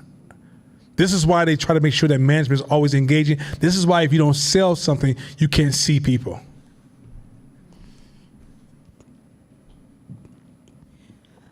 Thus, using conditional probability means being very careful to observe the conditions preceding an event you'd like to understand. Yeah, it's deep observations are necessary at all times. This is why you are strategic when you show up in environments. If you ever hang out with me at an event, I'm in deep observation mode. I'm reading people, I'm profiling people, and I'm choosing when to ask questions to people. I don't walk to the room like if I'm doing my work in my proceedings, I'm doing some analysis when I'm a crowd of people, I don't get lost in anybody's conversation. I might be talking to you like, oh, Shabish, how you been? Things good. I'm looking at Court the whole time. Yeah, no, it's real good. That's it. Yeah. Hey, did you notice how Court just did that? That was interesting. Did you see that? How, do you know him? I want to go talk to him real quick. Because what I'm doing is I'm discovering my market because this is how I eat. See, I can't be a master hunter if I don't know where the rabbits is at. I'm in the desert hunting rabbits. Ain't no rabbits in the desert. Some of y'all go out to the desert screaming, I'm going to kill all these bastards. And the rabbit's way back here. You're in the wrong place because you won't do the observation work. You just figure I could throw a spear. I'm excellent throwing a spear. I love the way I throw a spear. I throw spears at anybody better in my family. But you throw them in the desert. Like that one podcast said, you're building dams where there's no rivers. In order for you to understand where the large river is, you could be a mediocre business on a large river and do well building a dam. But if you build a huge dam in a desert, you're a damn fool. See that pun? You know what I'm saying? Look at that. Yeah, pun intended. Okay, so so go ahead. The more extreme events that are possible, the longer the tails of the curve get. Okay, so we jump into another one. This is called. This was the hardest one for me to break down. It's called fat tails. Fat tails are understanding when there is a possibility that the standard can go to another extreme, and it's always possible. So a regular bell curve is the tallest human being is what, 7 foot something? The tallest human being. We're not. If you look at the tallest man that's ever been created, human beings don't fall too far from that. It only goes so small. It's only so tall and so short. You're not going to see a human being that's 10 inches tall. That should be great and funny at all times. And you talk about social justice, that'd be next level. But you never find a human being that's 10 inches tall, and you're not going to find a human being that's 400 feet tall, right? Those are outside the bell curve. So you're at the end of the day, at the end of the day, this is the maximum, and on that side, you only can be so tall, you only can be so short, right? And at the bottom of both of these sides is a limitation, and that bottom never really actually hits the base line, which is zero. I mean, that there's no zero tall, zero height human being exists. But there's a limit of how far and how tall we can get. Okay. A fat tail is when we can go exceed that a human being can be actually 50 feet tall. It can just happen out the blue, right? Just like the average human being may only get to, say, $20 million or $50 million. Then somebody like Jeff Bezos come along at close to $1 trillion. You're like, what the fuck? How the fuck is that possible, right? That is also a very strong possibility. That's a fat tail versus a bell curve. You guys get where I'm going with that so far? Hopefully I explained that. Anybody want to elaborate or add anything to that? Because fat tails are kind of hard to explain. I'm trying to keep it simple enough where you can use it in your thinking, not complex enough where you have to pull out a calculator and stick with me. Keep going. So we have fat tails now, yeah. Should I just start over? So start over. So we're talking about fat tails now. The more extreme events that are possible, the longer the tails of the curve get.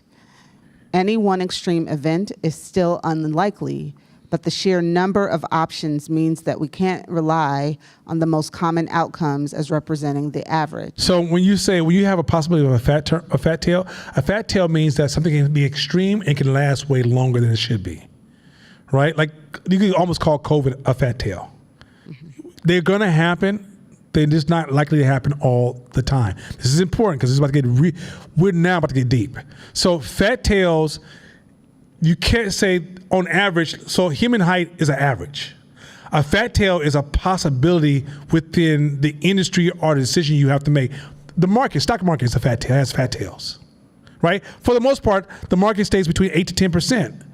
But we've had great crashes, and we've had great bull markets. We have had the whole range of extremes, right? That has to be part of your calculation because when certain characteristics happen, even in human engagement, there's been times when large groups of human beings have killed each other. That's a fat tail. When most of the time we're not in that space, but where security focuses on it, a possible fat tail can happen. In your business, you can have a fat tail. You can usually have this bad day and this is a good day. One of those bad days can keep growing and extend to your failure. When your good days can be a serious growth in your business, but it's going to come down and you'll go back to your averages, and that's a hype cycle. You guys see where I'm going with this? Mm-hmm. So fat tails are subjective. Roll. I mean, that's subjective. They don't happen on average. They will happen, but they're kind of like unexpected. Okay, go ahead. The more extreme events that are possible, the higher the probability that one of them will occur. Crazy things are definitely going to happen, and we have no way of identifying when. Sidebar, orders of magnitude. So, one of the reasons I made it to COVID without even hiccuping, because I was taught since I was a kid about fat tails, which is shit will happen, and when it does, be prepared.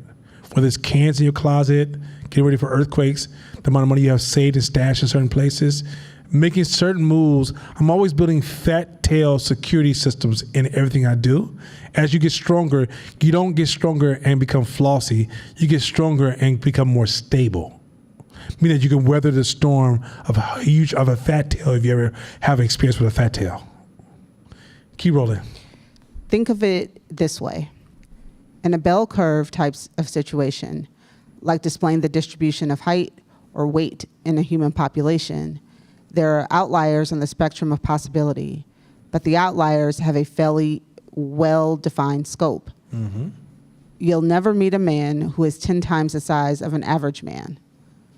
But in a curve with fat tails, like wealth, the central tendency does not work the same way.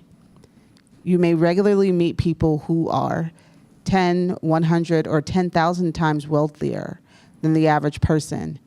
That is a very different type of world. So real quick, you see why racism can't absolutely work? Racism has limits of fat tails as the opposite. So if Oprah becomes successful, she's not Illuminati, it's fat tail. When Jay-Z becomes successful, it's not Illuminati, it's fat tails. Meaning that most black people may not hit a certain point, but Jay-Z also doesn't represent the natural. If you say, I'm gonna do just like Jay-Z, that may not be your best strategy on getting into music, because he is a fat tail, right? In any industry in the world of human beings, averages, in certain things, there is no limitation on averages. So when we break those averages, we can't process it, so we turn it into some mythical story to process it in our mind, when that is the nature of the world we live in. Keep going. We're still in probability thinking. This is all probability thinking. Keep going. So this is a fat tail. The green on the bottom, the reason they call it bell curve, because you turn it looks like a bell. That's an average. The one in the middle is a bell curve. I forgot the what is less than a bell curve, because you can actually hit under a bell curve, right? But a fat tail is the one at the top. When things go so far expectations, and also a fat tail. The only thing that could be designed different is a fat tail could have a long tail to the end. I mean, it lasts way longer than you expect. So a fat tail can be exaggerated. It also can extend longer. Now, a lot of times with fat tails, this is just a side note. Your observation can change the nature of a fat tail, i.e. weather. Oh, this is the worst weather we ever had, fat tail. Observed weather for the last 200 years, expect it. You gotta get where I'm going with this? So it's your observation sometimes can create a perceived fat tail because your observations is too narrow. So the more you narrow your observations, the more you can create mental extremes in your own brain. That's why history matters. Contextual history matters. When you said that, I was thinking about when the people in down south where the hurricane crashes and the news people come up to them and be like, what happened? Be like, I don't know. The tornado came and swept everything away. And they're like, damn, so what you gonna do? I'm gonna rebuild. And then the very next year, the same thing happened again, because they so narrow in their perception, they don't realize this shit happens every year, cuz, like, do something. That's what he said. It happens every week here, cuz. Nipsey. It's happening every year, cuz. I love Court. I don't give a fuck what y'all say. Hey, y'all surprised I got a picture of Court on my house. Anyway, go ahead. Huh? Yeah, well, no, the long tail is a little different. But there's another. I forgot the name of that one. I forgot the green one. I totally forgot. I pulled this clip off of. I was trying to find a big picture of a graph of a fat tail, and I forgot there's another term for the green one. But hey, do you know, Albert? Yeah, there's another term for that one. But there's another example of that. But we're not teaching that one. But the fat tail is the one that when you're planning, you ring a bit. Let me tell you where a fat tail happens with a business. Say Shakina is running her gym, and business has been like this every year. She doesn't anticipate a fat tail, and when the first fat tail comes, she's killed. She's wiped out. Because she thought this, she started to build her budgeting, her spending, her savings on this, on the bell curve. She never knew a fat tail can hit, and when it hit, she starts to blame everybody like, what's the kitchen? Brown Sugar. Brown Sugar Kitchen blamed the fat tail on racism. All kind of shit was wrong, right? When it was just a fat tail, sweetheart. It ain't got nothing to do with racism and the white man. No, it wasn't white people. It wasn't racism. When a fat tail hit and you don't understand it, it's easy to think that it's an outside cause. Who wants to make a racism argument? Huh?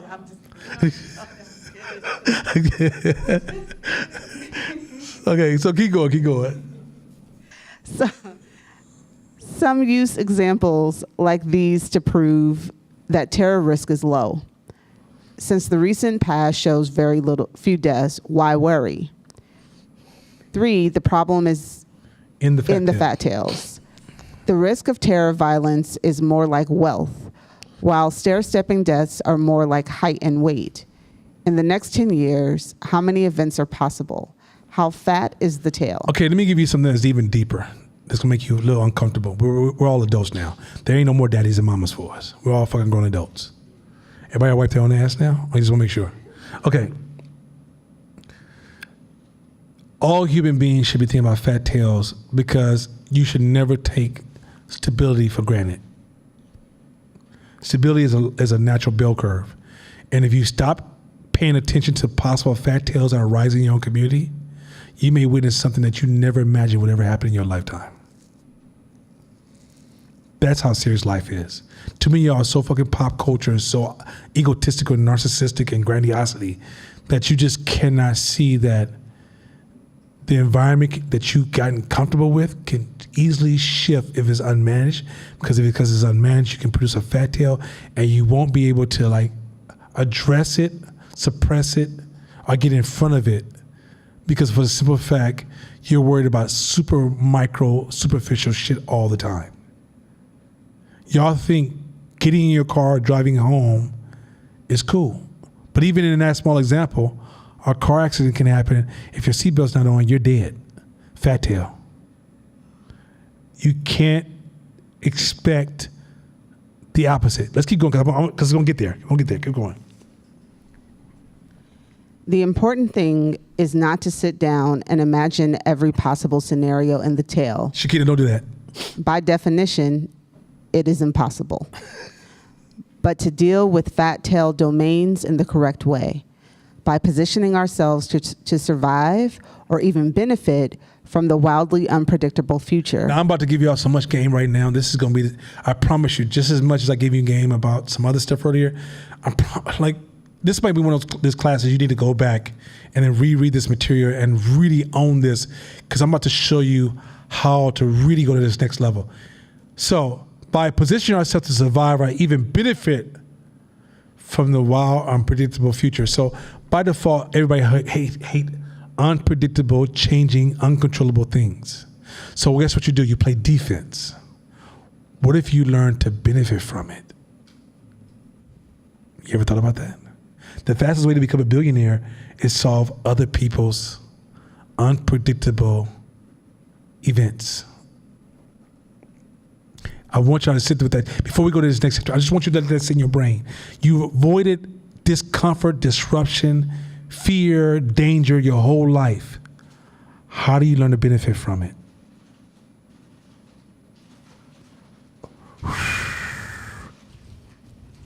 This is about to be, I'm going to give you a game like you've never heard before. Oh my God. My father was a big dope dealer. He never went to jail. He died after 26 years after he decided to freebase himself, and it caused bronchitis with his freebase and killed him. But in 25 years, he never went to jail, and he was upper tier cocaine dealing. He would teach me the number games and probability thinking all the time. When I was younger, I learned probability thinking. This is why when people come to me and they go, how do you see so much? How do you read these things? I'm just using these tools. I'm not special. I'm the same eat, drink, and take a dump person that you are. But if you use probability thinking, it puts you in a whole different decision-making game. And it changes what you do with your downtime. I needed to practice observations at a whole different scale in my downtime. So when it comes time to use these tools, I am on fire. If I allow my tools to become weak and dull because I don't practice on my downtime, I can use these same methodology and still come up short because I have so many flawed probability facts. You see where this is going? I feel like I'm emotional reasoning around the fear piece, because when you were saying how can you use your fear instead of running from it, and I'm like, but fear doesn't, like, I feel that's going to put me in a constant relationship with that fear, and I don't want to do that. You're already in it. You're just a victim of it. Yeah. You're not pimping it. You're a victim of it. You gotta stop being a hoe. Gotta be the pimp. See, we all in the sex game, but we just used to being the hoes. We ain't never thought about being a pimp. True story. I'm giving this shit as real as hell. When you buy insurance, what are you doing? When you go to put your money in the bank, what are you doing? Something happening. Yeah. Putting my stuff somewhere safe. When you grab your cell phone, you put in all your passwords, what are you doing? Safeguarding my stuff. But you engage in your fears. Somebody's making money off your fears. When you grab your cell phone and make a phone call, who's making money off that fear? I gotta check on my children. Schools. What's your fear of your children not being educated, not being able to perform? Somebody making money off your fear. I want y'all to show you how to stop being pimped and pimping. Because we communities always being pimped for our resources and don't know how to pimp our own resources because we become too morally blind, too morally one-dimensional. There are industries that are surrounding us every damn BART system. We can keep going. Vitamins, gyms, Chiquita's gym, fear. I want you to stay with me because we want to really get into this. But I want you to see, like, we demonize the word, but we don't see there's multiple sides to the word.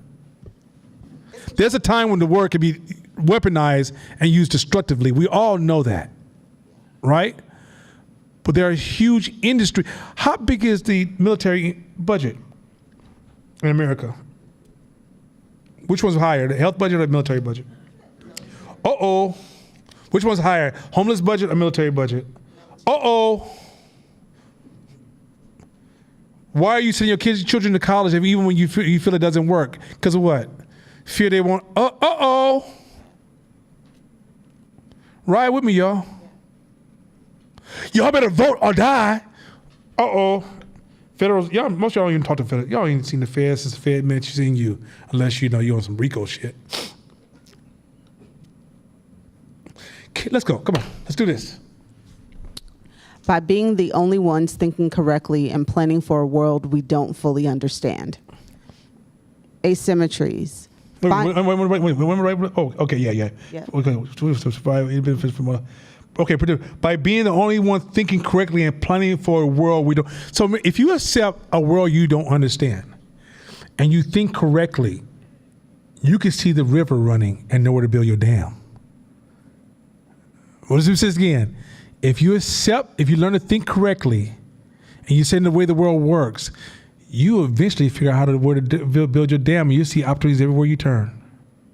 The reason you don't know where to build your dam, sometimes because you're too disconnected from life itself. You're trying to make life about surety, comfort, and guarantees, which is another form of should. It's a higher level of should thinking. I should be able to live this long. My children should have a good education. I should be able to work. I should have to deal with discrimination. I should. But if you say, no, that's going to happen, and this is going to happen, and that's part of the equation, that's one of the equation. So I'm going to build a Black Lives Matter type program that's going to carry intervention that's not going to be worth this much money because in the end, it's always going to be there. I'm about to mine this one. Oh, it's probably. Oh, I'm gonna the what's the name league, the AEU, whatever it's A something U, and I'm gonna make sure these things are prevented. I'm gonna create these programs. I'm gonna create a TV show that speaks towards your concerns and your fears. Most TV shows are speaking towards your comforts and your fears. They're not writing great stories. Stories don't just come from beautiful words put together in a poetic sense. They tap into some deep emotion you have. I don't think y'all missing the see, y'all got so morally high level that you become ignorant to the world you exist in because you should be this way. You shouldn't see racism. You shouldn't see homophobia. You shouldn't see women. You shouldn't see Chinese midgets. You just shouldn't see them. That's right. Come on. Oh, we did asymmetry? Okay. Asymmetries. Finally, Ooh, this is about to get we're not even deep enough yet. Pause. We're going to get deeper. Let's go. finally, you need to think about something we might call meta probability. Meta probability. Ooh, it's about to get... Shakita, don't you move. Hey, don't you move. Keep going. The probability that your probability estimates themselves are any good. Keep going. Orders of magnitude. No, this just pick one? Yeah, no, you did this massive. my bad. Yeah. This massively misunderstood concept has to do with asymmetries. If you look at nicely polished stock pitches made by professional investors, Stay with this. So y'all saw Black Wall Street. You might have seen Black Wall Street. The black dude tell you how to get in the stock market and buy certain shit. Mm-hmm. I first heard this stuff and I like some of his principles around that he was saying. Shakina made me as part of this class because she said, Nana, how do I invest? I want to start investing some of my money. And everything said, I said, you're not ready. And I thought, oh shit, I should not give y'all Black Wall Street without teaching you how to think. Because if I would have thrown her in the game without this knowledge, they will pimp the shit out of her because she don't know. She's a good person with good intent, with brilliant background, successful performance, and about to get taken down so fast, it's gonna be ridiculous. Keep going. nearly every time an idea is presented, the investor looks their audience in the eye and states that they think they're going to achieve a rate of return of 20 to 40% per annum, if not higher. So when you hear people bragging about how much money they made, pause them. I don't give a shit how much money you made. Keep going.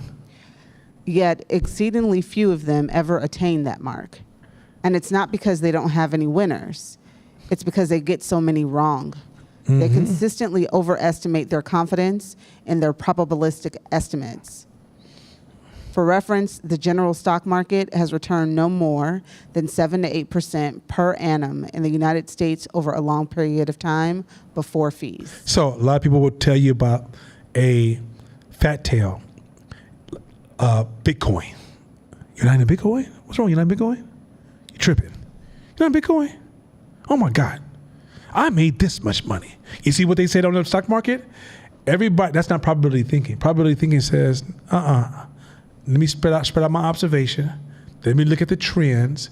Let me look at what's more likely possible before I even start to engage and have this conversation. This happens with any time they try to sell you a new product in your business, try to sell you a new way to make some money, try to sell you a new idea of what you need to be into, where you need to be spending your time, how to lose some weight. All that is curved by this theory right here. By you saying, wait, hold on a second. Where's the average here? How do I know that you're not talking about a fat tail? How do I know that you sharing probability thinking, like probability assumptions with me? Meta probability, which is called meta probability. How do I know that I'm not a victim of meta probabilities, which is flawed assumptions or flawed probabilities? If I try to tell you, you need to get the stock market because it worked for me, I'm no longer giving you good advice. This is cold game. I promise. There's so many people talking about, yeah, we made this and we got rich from this and we got rich and you should do this. How do you think the average young dude becomes a dope dealer? Somebody told him a false probability. Him or her was told, if you just do this. I know a girl who became a stripper from a false probability. And within 5 to 10 years, she looked like she aged 20 because she had to drink all the time just to continue to do her work. So in the end, while we were celebrating strippers, we were celebrating a probability that is a false skewed information, just like you've celebrated Bitcoin investments. The reason you have to watch, Bitcoin had no data for me to even have a comfortable assessment because it was so relatively new. I heard that, yeah, I started when it first started, and I'm at this point now. That's great, but that's not information. That's a fat tail. I need to be able to see what is the bell curve of this industry? What's the average? Then I can make a critical decision. Otherwise, I'm just purely gambling with, and if you're going to make a gamble, don't starve your business investments for a hope and dream. That's no different than you going to play the lotto with your rent money. The same fucking thing. This is how you think, people. Probability think is a cold game. Why you stopping? Let's go. Why you stopping? Orders of magnitude. That's like Chris Foster. Huh? That's like Chris Foster would do. He'd talk to you like you just be tripping. Hey, I love Chris Foster. Go ahead. Nassim Taleb puts his finger in the right place when he points out our naive use of probabilities. This is so. All right, here we go. This is what you was uncomfortable with. Let's go. In The Black Swan, he argues that any small error in measuring the risk of an extreme event can mean we're not just slightly off, but way off by orders of magnitude, in fact. So really, in a black swan is things that rarely happen. He argues, so when somebody says black swan, don't y'all be like, why can't it be black swan? Can it be a white swan? It's because you rarely see black swans. So let's not make it like the black ball, the AQ white ball, and that's why the white ball knocks down all the other balls. That's why pool is racist. That's not what we argue here. Let's try this one again. So I want to turn your racism sensors down a little bit. So we can just get in the black swan. He argues that any small error in measuring the risk of an extreme event, small error in measuring the risk of extreme event can mean we're not just slightly off, but way off by orders of magnitude. In fact, this is a lot of COVID talk in this too. Mm-hmm. Keep going. In other words, not just 10% wrong, but 10 times wrong, or 100 times wrong. Yes, it's times. Or 1,000 times wrong.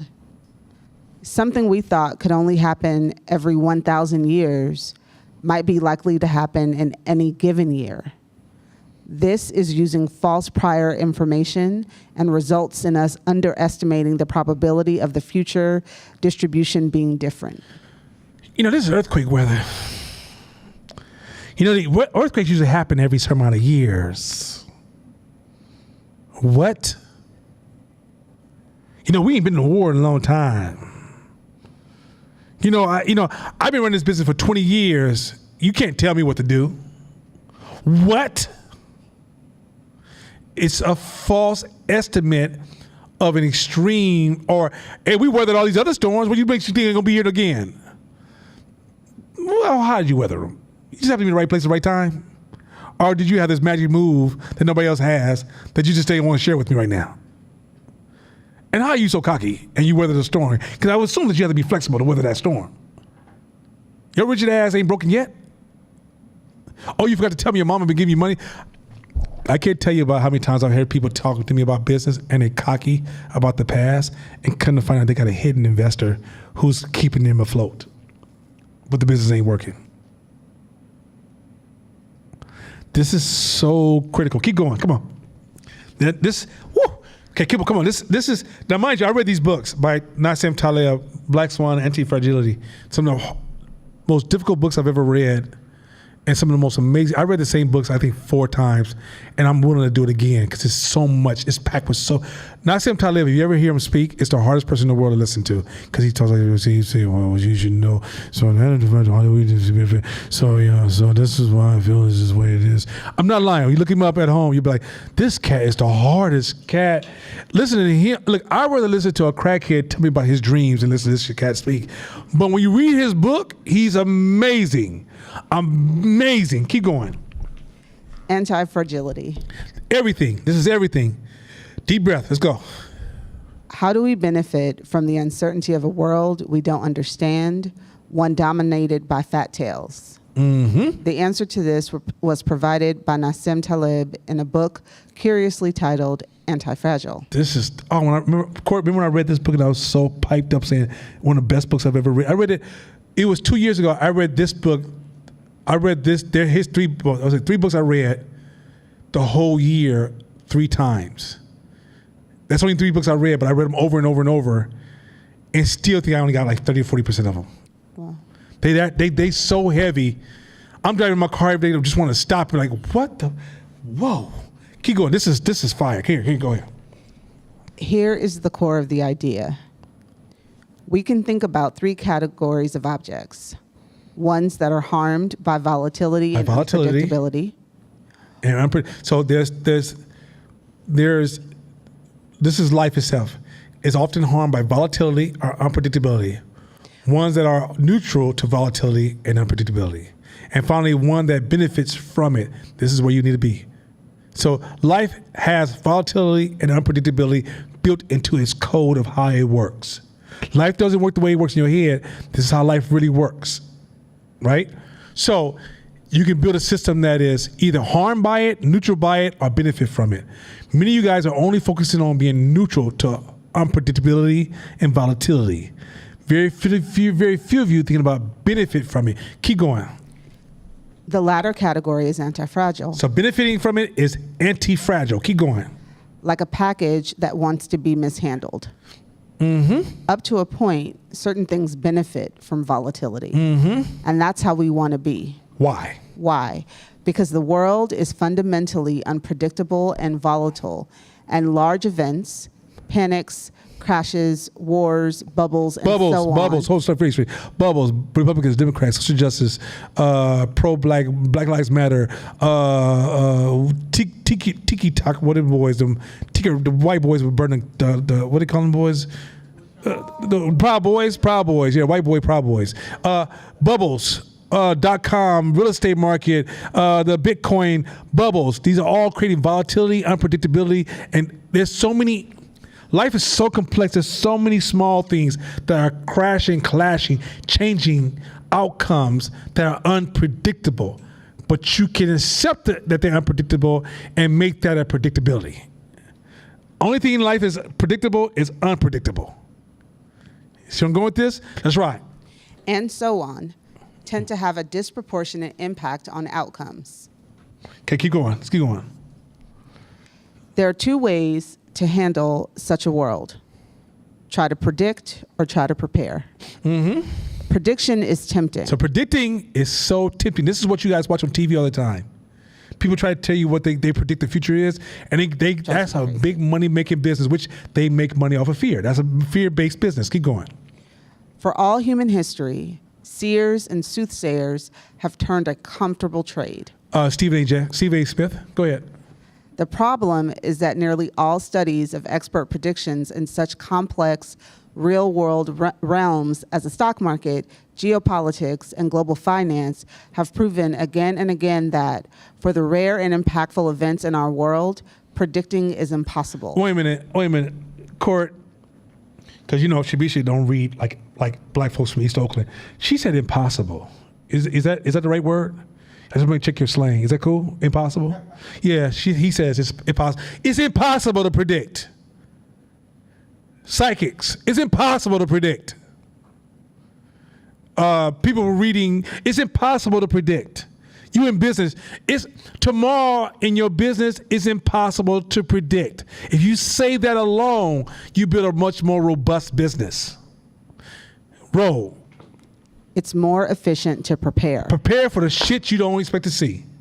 That's business in itself. Remember I said stop being an artist, be a business person? Are you preparing? Keep going. What are some ways we can prepare? Arm ourselves with anti-fragility. Uh-oh, anti-fragility. Wolf versus the dog. There you go. You know how I taught the class, the wolf versus the dog, and I talk about being anti-fragile and being strong and dealing with friction, and Court is always roaring like a big-ass lion over there, telling you that he don't do that soft-ass shit. We're not playing macho games. This is the game of reality. That fragile shit is you trying to predict and be safe. Anti-fragile is a certain mindset of saying, I am preparing because the shit's gonna come. And so you getting that chest ready for that hit. You getting that jaw ready for that hit. You getting that business ready for that hit. You getting that bank account ready for that hit. You getting that child ready for that hit. You don't keep telling like, no, nobody should ever tell you, no one should ever bully you. Son, they motherfuckers gonna bully your little punk ass. This is what you gotta do to fight these motherfuckers back. You understand me? This is life, baby. You fucking your kid up with this. It shouldn't be this way, Johnny. It just shouldn't be this way. Come on with me. Maybe we can play whack-a-mole and avoid all these people. This is the real life. And here's the other thing too. Son, if you hit everybody in their motherfucking mouth, at some point you're gonna break your fists. Make a better decision, baby. Why do you care what broke-ass Johnny's saying to you? Rise up. Look, you're playing a different game. You can't ride with the kings when you're fighting the peasants.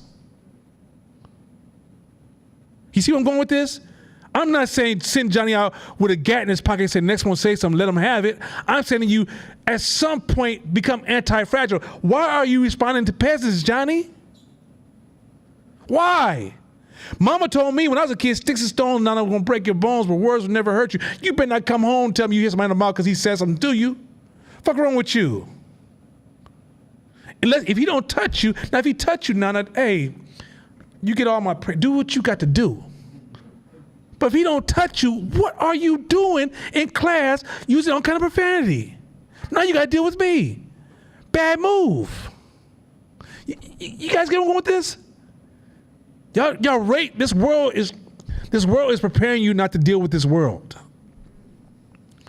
This is where depression is riding on your back, waiting to take you down because you are so disconnected from the world. It ain't supposed to be like this. I'm depressed. I don't think I should be here. I'm emotionally reasoned. This is why I don't want to be here. The world's told me it hates me and I hate the world too. I might not even be here no more. This shit. So we can benefit from the volatility of the world. If we arm ourselves with anti-fragility, we can benefit from the fragility and volatility of the world. Do you understand what he just said? Now you see why we say you got to be a wolf, not a dog? Mm-hmm. We weren't over here trying to tell you we macho than you and we gangster. Like, are y'all serious? You think I'm going to sit in class and talk about being gangster? I'm too old for gangster. Gangster is a make-believe persona that's doing nothing but causing death and destruction to yourself. I'm trying to give you a higher level game, which is you have to work on anti-fragility to deal with the world you in. When I send you to the gym, I'm not telling you to get big old muscles like Cassandra and Shakina. That's not what I'm advocating. Sorry, Shakina. I'm sorry I have to throw you under the bus 10 more times. But the point is this. You're anti-fragile anyway. You can handle it. The point of what I'm arguing is this. I'm trying to tell you that when you go to the gym, you're learning to build a healthy engagement with your own personal fragility. My son, who's fragile, I am training him to be anti-fragile. If you see what the gym is doing to his mind, his body, and his spirit, it is insane. And when we train, I never say, curl 2 more so your biceps can be big. I'm not going to surface this training. I'm going to say, of course you mentally want to stop. And this is a common place when you usually feel this feeling, this has caused this kind of suffering and pain in your past. You need to build a relationship with that mental space and realize you can keep going and you're going to be okay. So next time you run across, oh, this is too hard, your brain says, breathe, pause, here are my tools. Not, this is too hard. I didn't want to do that shit anyway. This shit hella weak. I'm out of here. Fuck this school. Fuck this algebra. Algebra hella weak. No, it's you are fragile and you have this space that you haven't developed anti-fragility. Come on, we got a few more, then we'll pause it. The first one is what Wall Street traders would call upside optionality. Shakina, stay with me. Don't lose me. Don't lose because I know, Shakina, I know your shoes are too tight, so just stay with me. Keep going. That is seeking out situations that we expect to have good odds of offering us opportunities. Ooh, the first one is what Wall Street traders call upside optionality. That is seeking out situations that we expect have good odds of offering us opportunities. Keep going. Take the example of attending a cocktail party. This is game. Where a lot of people you might like to know are in attendance. So you go to a party, right? And a lot of people you would like to know are there, but they don't know you. You don't know them. Go ahead. While nothing is guaranteed to happen. Nothing's guaranteed. Probability. You may not meet those people. And if you do, it may not go well. Okay. You give yourself the benefit of serendipity and randomness. Serendipity and randomness. Come on now. Come on. The worst thing that can happen is nothing. One thing you know for sure is that you'll never meet them sitting at home. Uh-oh.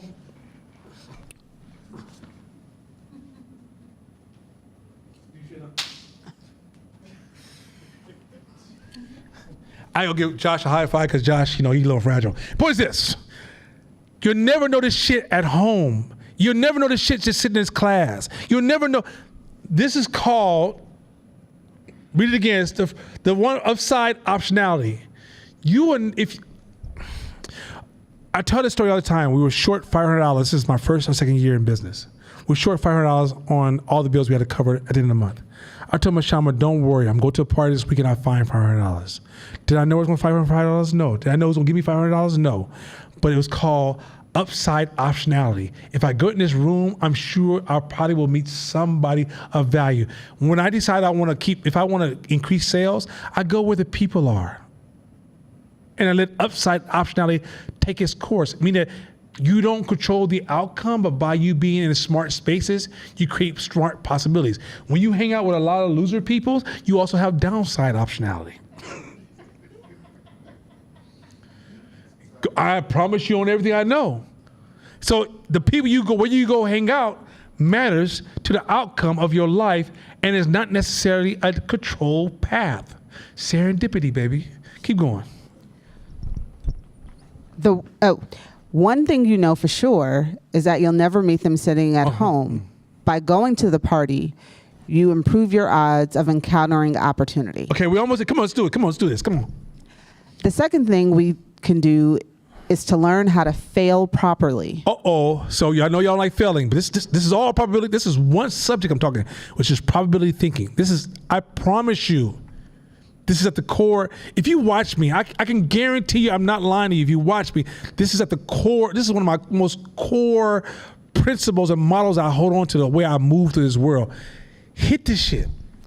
Failing properly has two major components. First, never take a risk that will do you in completely. Okay, pimp game number one, never take a risk that will do you in completely. That's street, right? That's a street rule. Anybody come from the streets know that's a motherfucking rule. Don't take a risk that's going to do you in completely. Keep going. Never get taken out of the game completely.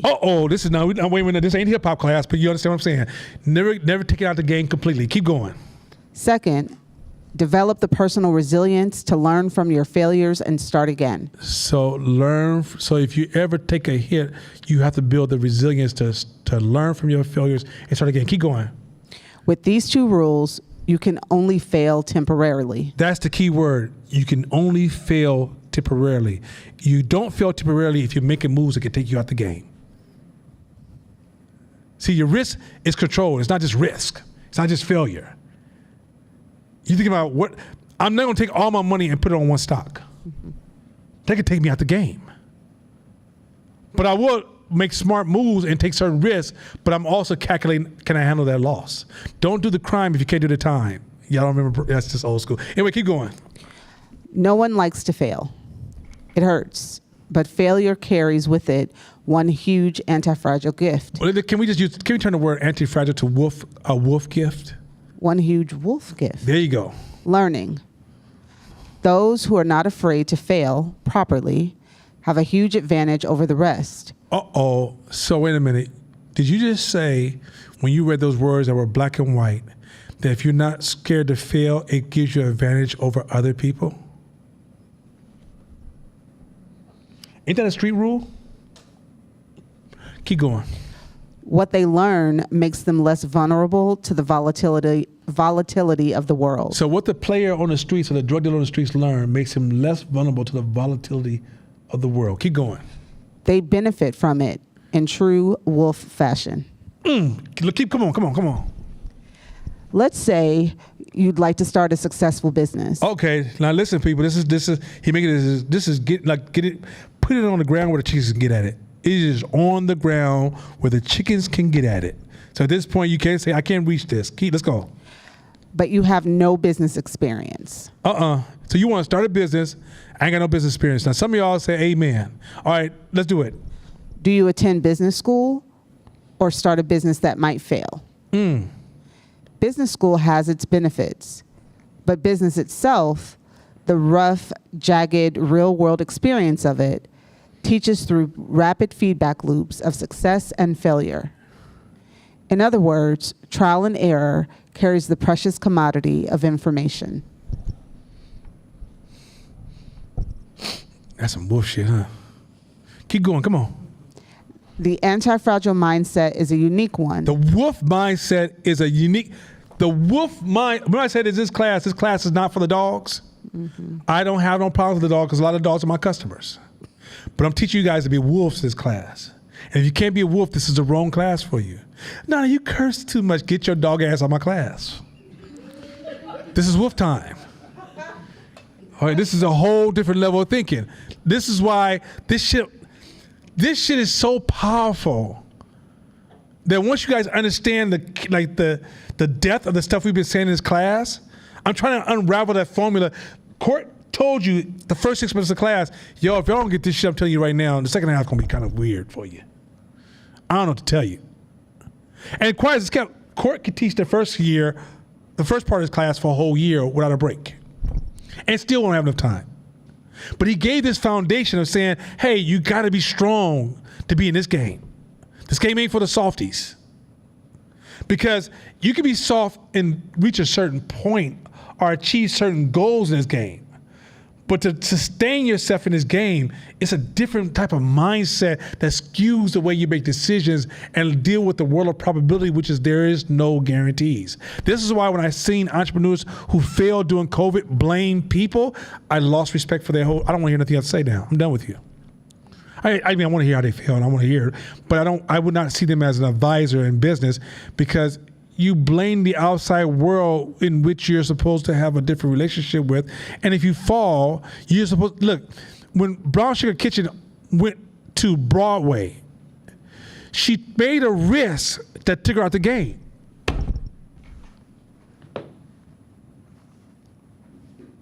So when the market hit, she didn't have nothing to sustain herself to weather that storm.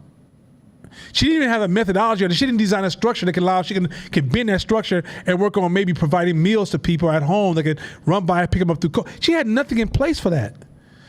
It's okay.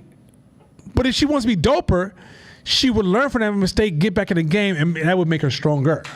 I don't want to hear her at her bottom of the game. So for those of y'all went around talking about, see, white people took Brown Sugar Kid. If it been white, she'd still be there. Yeah and no. Because a lot of times black folks, we don't have people around us that can teach us game. So she did what she did. So she's not flawed. But the lesson for you is not the racism. That's the wrong focus. The lesson is she didn't have a proper relationship with the world she seeks to serve. She probably was more of an artist than a business person. Keep going. Whenever possible, try to create scenarios where randomness and uncertainty are your friends, not your enemies. Wait, Shabisha, read that, because Shabisha, I know you speaking like, I heard you like did a little translation, and I heard some Spanish in there, but I only hear English. So can you read the whenever part again for me? Whenever possible, try to create scenarios where randomness and uncertainty are your friends, not your enemies. I could have put that in a pimp movie. None that comes out the back. Listen here, Playboy. Understand the game. Randomness and uncertainty, they ain't your enemies, baby. They're your friends. That's when they start polishing my nails for me. Y'all really don't understand the power. Have you ever thought about making uncertainty and randomness your friend as opposed to it disrupts you? Do you understand how powerful? If you guys sit with this, one more slide, come on, because I want to get this one part. I'm trying to get this. Let me see. Is it? Oh yeah, this. Okay, 2 slides and we out of here. But I want to show just a little bit of this, and then we'll pause. We'll come and we'll finish the rest next week. But 2 more slides. Keep going. Now we're talking about spies. So you know spies. A spy is sent to a country. Now hear what I'm just about to say. A spy is sent into a country. They don't know the culture. They don't know the people. They don't know the systems.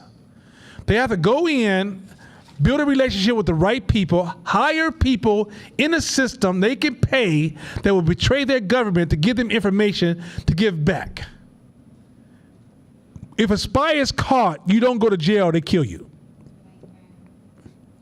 So in World War II, I think it's World War II, I think it was World War II, this woman was sending somebody into a space and you had to figure it out. There was no manual, like when you go there, do the A, do it. Because the reason there's no manual, because as soon as I figure out what your method is, I change the system. So you gotta keep reading the system because everything is unpredictable and it's always changing and the threat is death. And you have to be successful.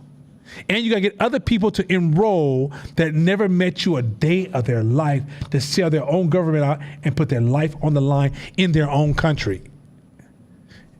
Just wrap your mind how fucking crazy that is. You know, just that crazy shit. Now watch this. Keep going. Another common asymmetry is people's ability to estimate the effect of traffic on travel time. How often do you leave on time and arrive 20% early? Almost never. How often do you leave on time and arrive 20% late? All the time? Exactly. Your estimation errors are asymmetric, skewing in a single direction. This is often the case with probabilistic decision making. Keep going. This is just keep going. So real quick. Okay, keep going because it's gonna make the argument. Far more probability estimates are wrong on the over-optimistic side. Over-optimistic. Nana. Optimism. Nana. Why are you being so mean? No. But they're good. I like them. This is so much. They're such nice people. Why can't we just be happy, Nana? Why you gotta, oh my God, Nana. Somebody in this room used to whoop my ass. Right? It's when you try to look at everything through an optimistic lens. Watch the ignorance of that shit. Go ahead. Messing around with you and I lost my place. So I think far more probability estimates are wrong. Thank you. Far more probability estimates are wrong on the over-optimistic So you are side. far more wrong by being over-optimistic. Keep going. Than the under-optimistic By side. being under-optimistic. Go ahead. You'll rarely read about an investor who aimed for 25% annual return rates, who subsequently earned 40% over a long period of time. Mm-hmm. You can throw a dart at the Wall Street Journal and hit the names of lots of investors Who aim for 25%. per annum with each investment and end up closer to 10%. So they went 2 or 3% higher than the average person, but they aim for 25%. Meaning that you assume the worst and then you build a great strategy around the worst. You didn't assume the best and then build a strategy around the best. You didn't build a strategy to assume that everybody's going to show up or this event's going to be successful or everybody's going to come to my customer door. What if nobody comes? What's the next move? What if you don't make your numbers? What's the next move? Mm-hmm. What if nobody's excited about this new idea? What's the next move? You building that system will yield you more returns because the loss is still a win. Keep going. The spy world, successful spies are very good at probabilistic thinking. High-stakes survival situations tend to make us evaluate our environment with as little bias as possible. So remember Court was teaching you guys about biases? And he kept talking about the importance of biases? Because your survival as a business, survival as a spy, is your biases becoming your blind spots and your ignorance, and you disconnect from the reality that you need to use to survive in. This is why bias awareness. You will be biased even though you're aware of biases. But you need to be aware when making critical decisions. Is this bias driven or is this actual facts driven? Is it observation driven? What is driving this decision making? And without that self-awareness, which often is smothered by things like should, you never discover what that is. Keep going. For Vera Atkins in the 1940s, it was very much a process of assigning weight to the various factors and coming up with a probabilistic assessment of who had a decent chance of success, who spoke French, who had the confidence, who was too tied to family, and who had the problem-solving capabilities. From recruitment to deployment, her development of each spy was a series of continually updated, educated estimates. So remember I said earlier, when you serve in a market, you develop customer profiles, personality profiles, religious profiles, belief profiles, activity profiles, group profiles, but like they're Republican, Democrats. When you're looking at your customer, this is a business translated into the spy world. She developed a clear profile to know where to aim her guns. Didn't guarantee 100%, she's playing a probability game. By me developing clear profiles of who I'm going after, I know where to aim my sales, my marketing, my pitches, my resources, my investments.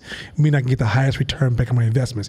You're never gonna get 100%, but if I can go from 10% to 20% to 40% to 60%, you're doing a great job. But also in probability, you realize that there's about 30 or 40% you probably won't get, and you're good with that. Apple knows they're never going to get me. Samsung knows they're never going to get Chris Foster. Well, I think Chris Foster will come over at some point because he's not winning. But the point is this. But we just know that it's not going to always happen, right? At the end of the day, the market knows this, but they also learn the profile and personality traits of Chris Foster to know how to talk to Chris Foster. It may not translate to me, so they don't waste their time with me. Meaning that if somebody if you're Apple and I walk into your store, you don't waste a lot of time on me because you've already assessed my profile. You don't waste your labor, your money, your time, your resources. You don't because then I'm a loss. The cost of doing business with me is too expensive. But as soon as Chris Foster come in, you just hit him with a smile. He's a discounted customer. He was coming in there anyway to buy something. So all you want to do is make sure he shows up. So you got to get these clear-cut profile of the people you seek to serve so you know how to improve your aim of how you show up to them. Otherwise, if you don't get this clear profile and then design how you pitch your idea based on this profile, you're pitching your ego. That's it. You're pitching your ego. You don't give a shit about customers. You just hope people to validate you, tell you you're somebody. First, you ask the white man to accept you, improve you, and let you be successful. Now you tell them other people make you feel valuable. You keep turning to the outside world asking for value.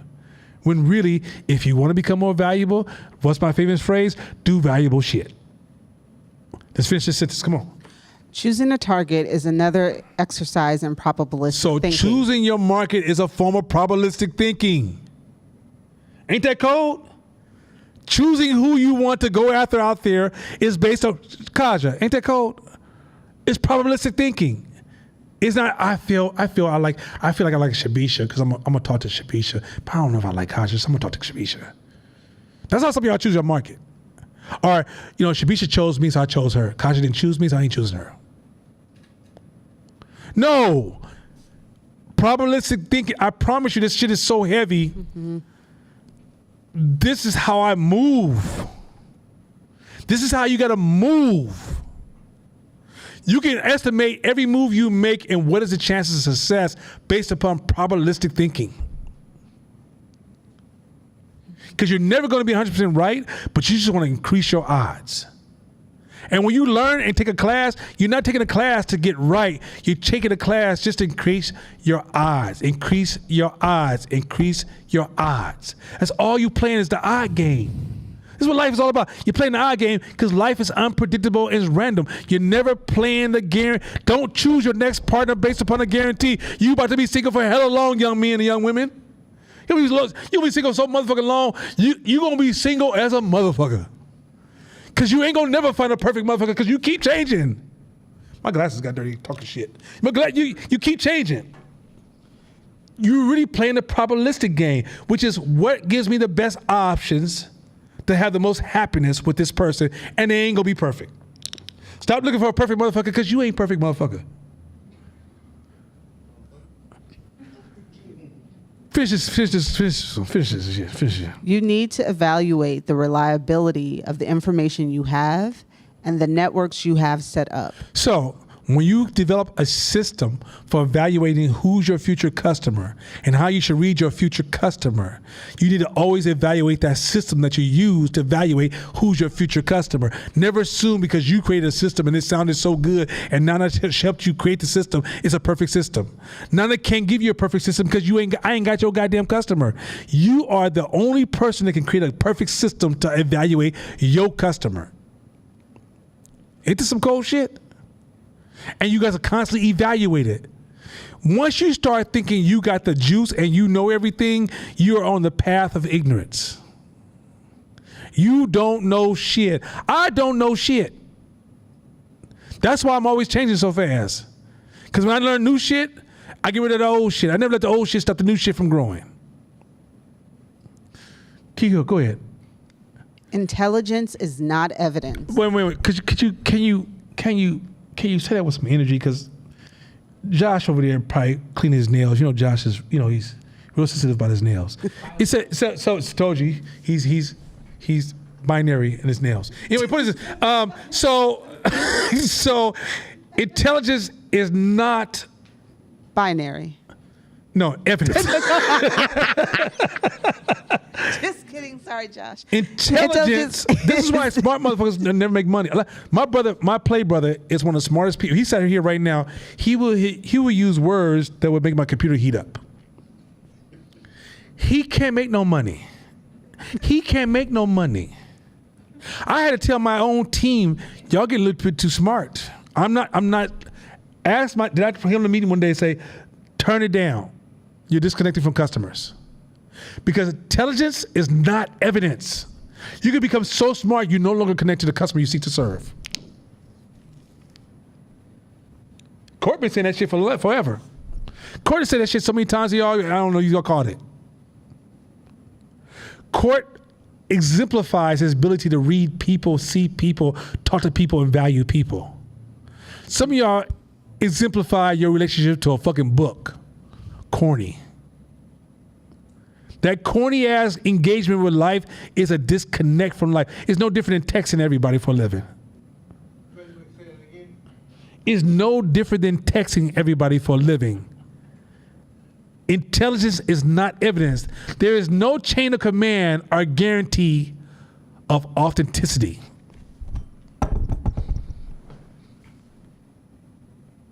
Any questions before I go home? Because this shit's real. And we didn't even finish. I'm gonna say we got 5 more slides. We're gonna finish when we get back. And some more shit.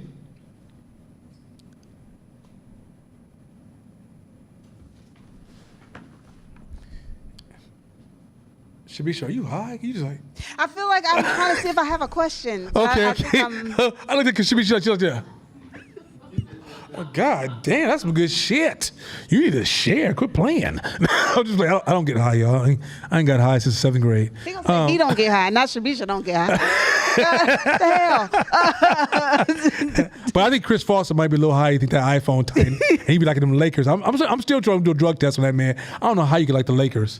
I mean Russell Westbrook. Oh my Lord. Go ahead. Marquita has a question. She Go ahead. said, is there anything that we can do to increase randomness? Do we play more? You don't increase randomness is the nature of the world. It's like you don't increase rain. You don't increase air. Right? It is what it is. The problem is that we're trying to run from the rain. You got to learn to live with the rain and learn to take advantage of rain. So if the rain's coming, I'm selling umbrellas, baby. I'm not sitting there going, I curse you, rain. No, 1,000 times no. No, I'm not doing that. Right? Because randomness is just as natural as the sun shining on your body. The oxygen you breathe. So once you accept it, but the problem is that nobody likes change. Everybody wants everything to stay the same. Makes me feel comfortable. Why you move my shit? I don't like this. I'm uncomfortable. Why things always gotta change? This is what oh my God, we was just doing this last week. Now you wanna do some new shit. You know, I got mad because they changed my order. I was just used to this. I'm like, well, did you take a loss? No, but they should have changed it. You hear, this is the most common complaint all human beings have to offer. Entrepreneur says a change is just for you to shift your surfboard and ride that wave. Because it's coming. If you want to surf, I use the analogy of a surfboard, surfboard in my head all the time. I don't control these waves. I just got to learn how to ride them. Stop trying to fuss about why that wave got to be so strong. Wait a minute. Oh my God. You see that boat come by. Oh my God. How many fish are underneath me? Oh my God. The water hella deep. It's hella cold. Shut the fuck up and ride the wave. And learn to become a master of riding a wave instead of complaining about the water. Like I said, go back to the headwind and the tailwind. When the headwind of racism hits me, I don't sit there and complain about it. I say, okay, it's part of the game. I accept it. Doesn't mean I'm okay. I'm not saying I'm okay with the impact of racism. Don't get me twisted. But in order for me to be a fighter, because I'm a fighter, I'm a wolf in this game, I accept it and then I battle. So if I meet a white dude that doesn't like black people, okay, now I accept that. Now what's the next move? You're human. You have a need. I'm coming for that need because every human being can be manipulated. There's no human being that cannot be manipulated. None. So because he doesn't like me, doesn't mean I'm in no deficit. It just means he don't want me to sleep with his daughter. Well, I don't like your ugly ass daughter, so I'm good. Let's keep going. Like once y'all get to this higher way of thinking, you realize you're stopping and pulling your car over for ants crossing the road. You're not stopping at stop signs. You're worrying about the ants crossing the road. You know how long it's gonna take you to get home? You can't compete, baby. At some point, you gotta run past the ants. The small issues gotta get smaller and smaller and smaller to the point you don't even know an ant got ran over last week by you. If there's a social justice march by ants next week, you just as surprised as they are. What? Huh? Why you, wait, what?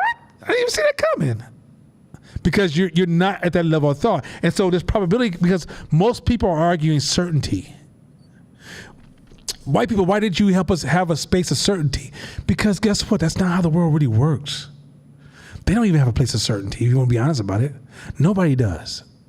Nobody. Jeff Bezos does not risk to have no more, he doesn't have no less, he's built more robustness to navigate it, but he still experiences the same randomness and fragility and volatility that you would experience. He just built a stronger system to weather the storm. And there's a certain fat tail that could take him down. As Montgomery Wards, as Sears. When I was younger, Catwells, Macy's on his way out. My whole life, Macy's was a beast, a juggernaut. And they slowly, but they run about to become a corner store. You be going down the street, I'm about to go to Macy's, get me a soda real quick. Them motherfuckers struck. Right? The reality is that there's a fat tail waiting on everybody. We used to use a thing called Uber conference, where we get on the phone, we get on the computer, and we have a conference with, I have 100 people get on the phone. Motherfucking COVID hit, fat tail. Zoom, which was just barely hanging in there, takes the fat tail, they go to the top. Uber conference is now called dial pad because they had to sell that shit. That shit wasn't making no sense. It's a dial pad. Toot, toot, toot, toot, toot.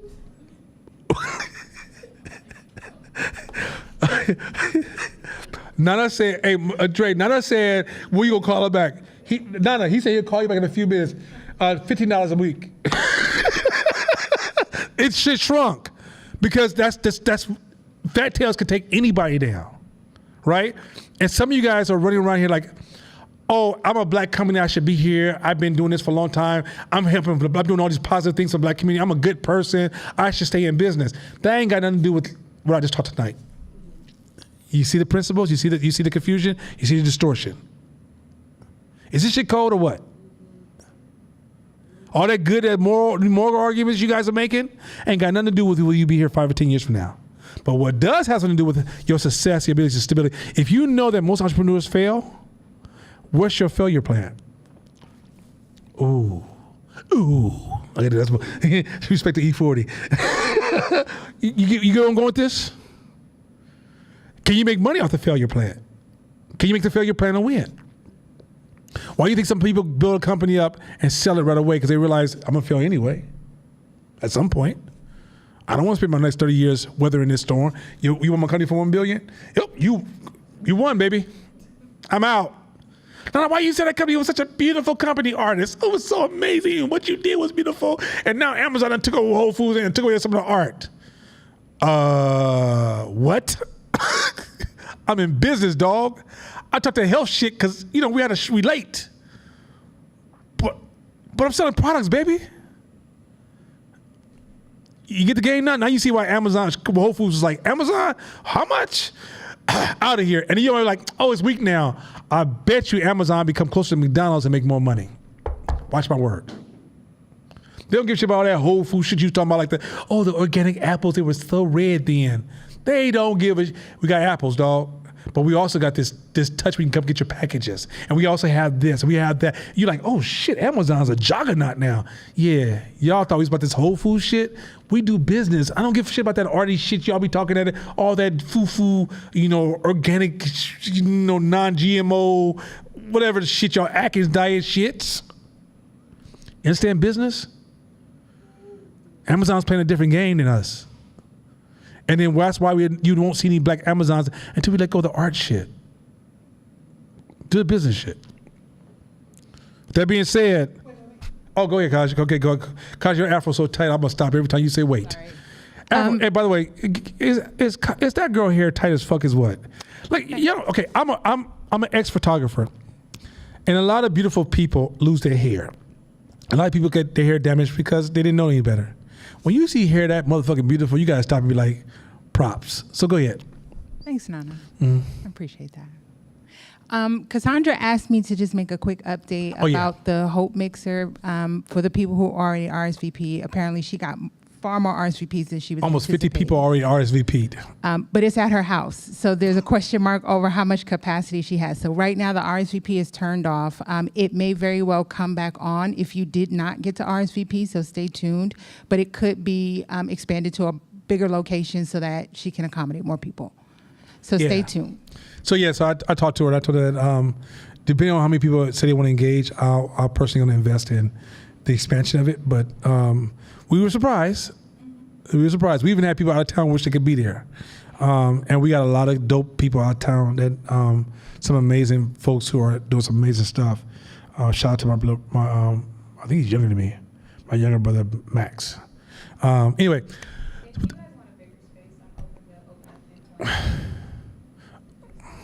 Okay, well, it's always an option. Let's talk about it offline and discuss it. That once again, space matters.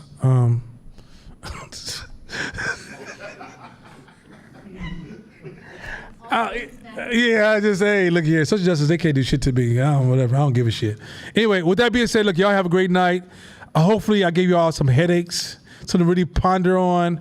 I gave y'all so much game. All y'all always ask me how to market, how to see your customer. I just gave you the formula on how to read your customer. Some tools. Go back and read this for yourself. Read it in a book. Study it. Become a master business person. Stop being a master artist. With that being said, good night, y'all.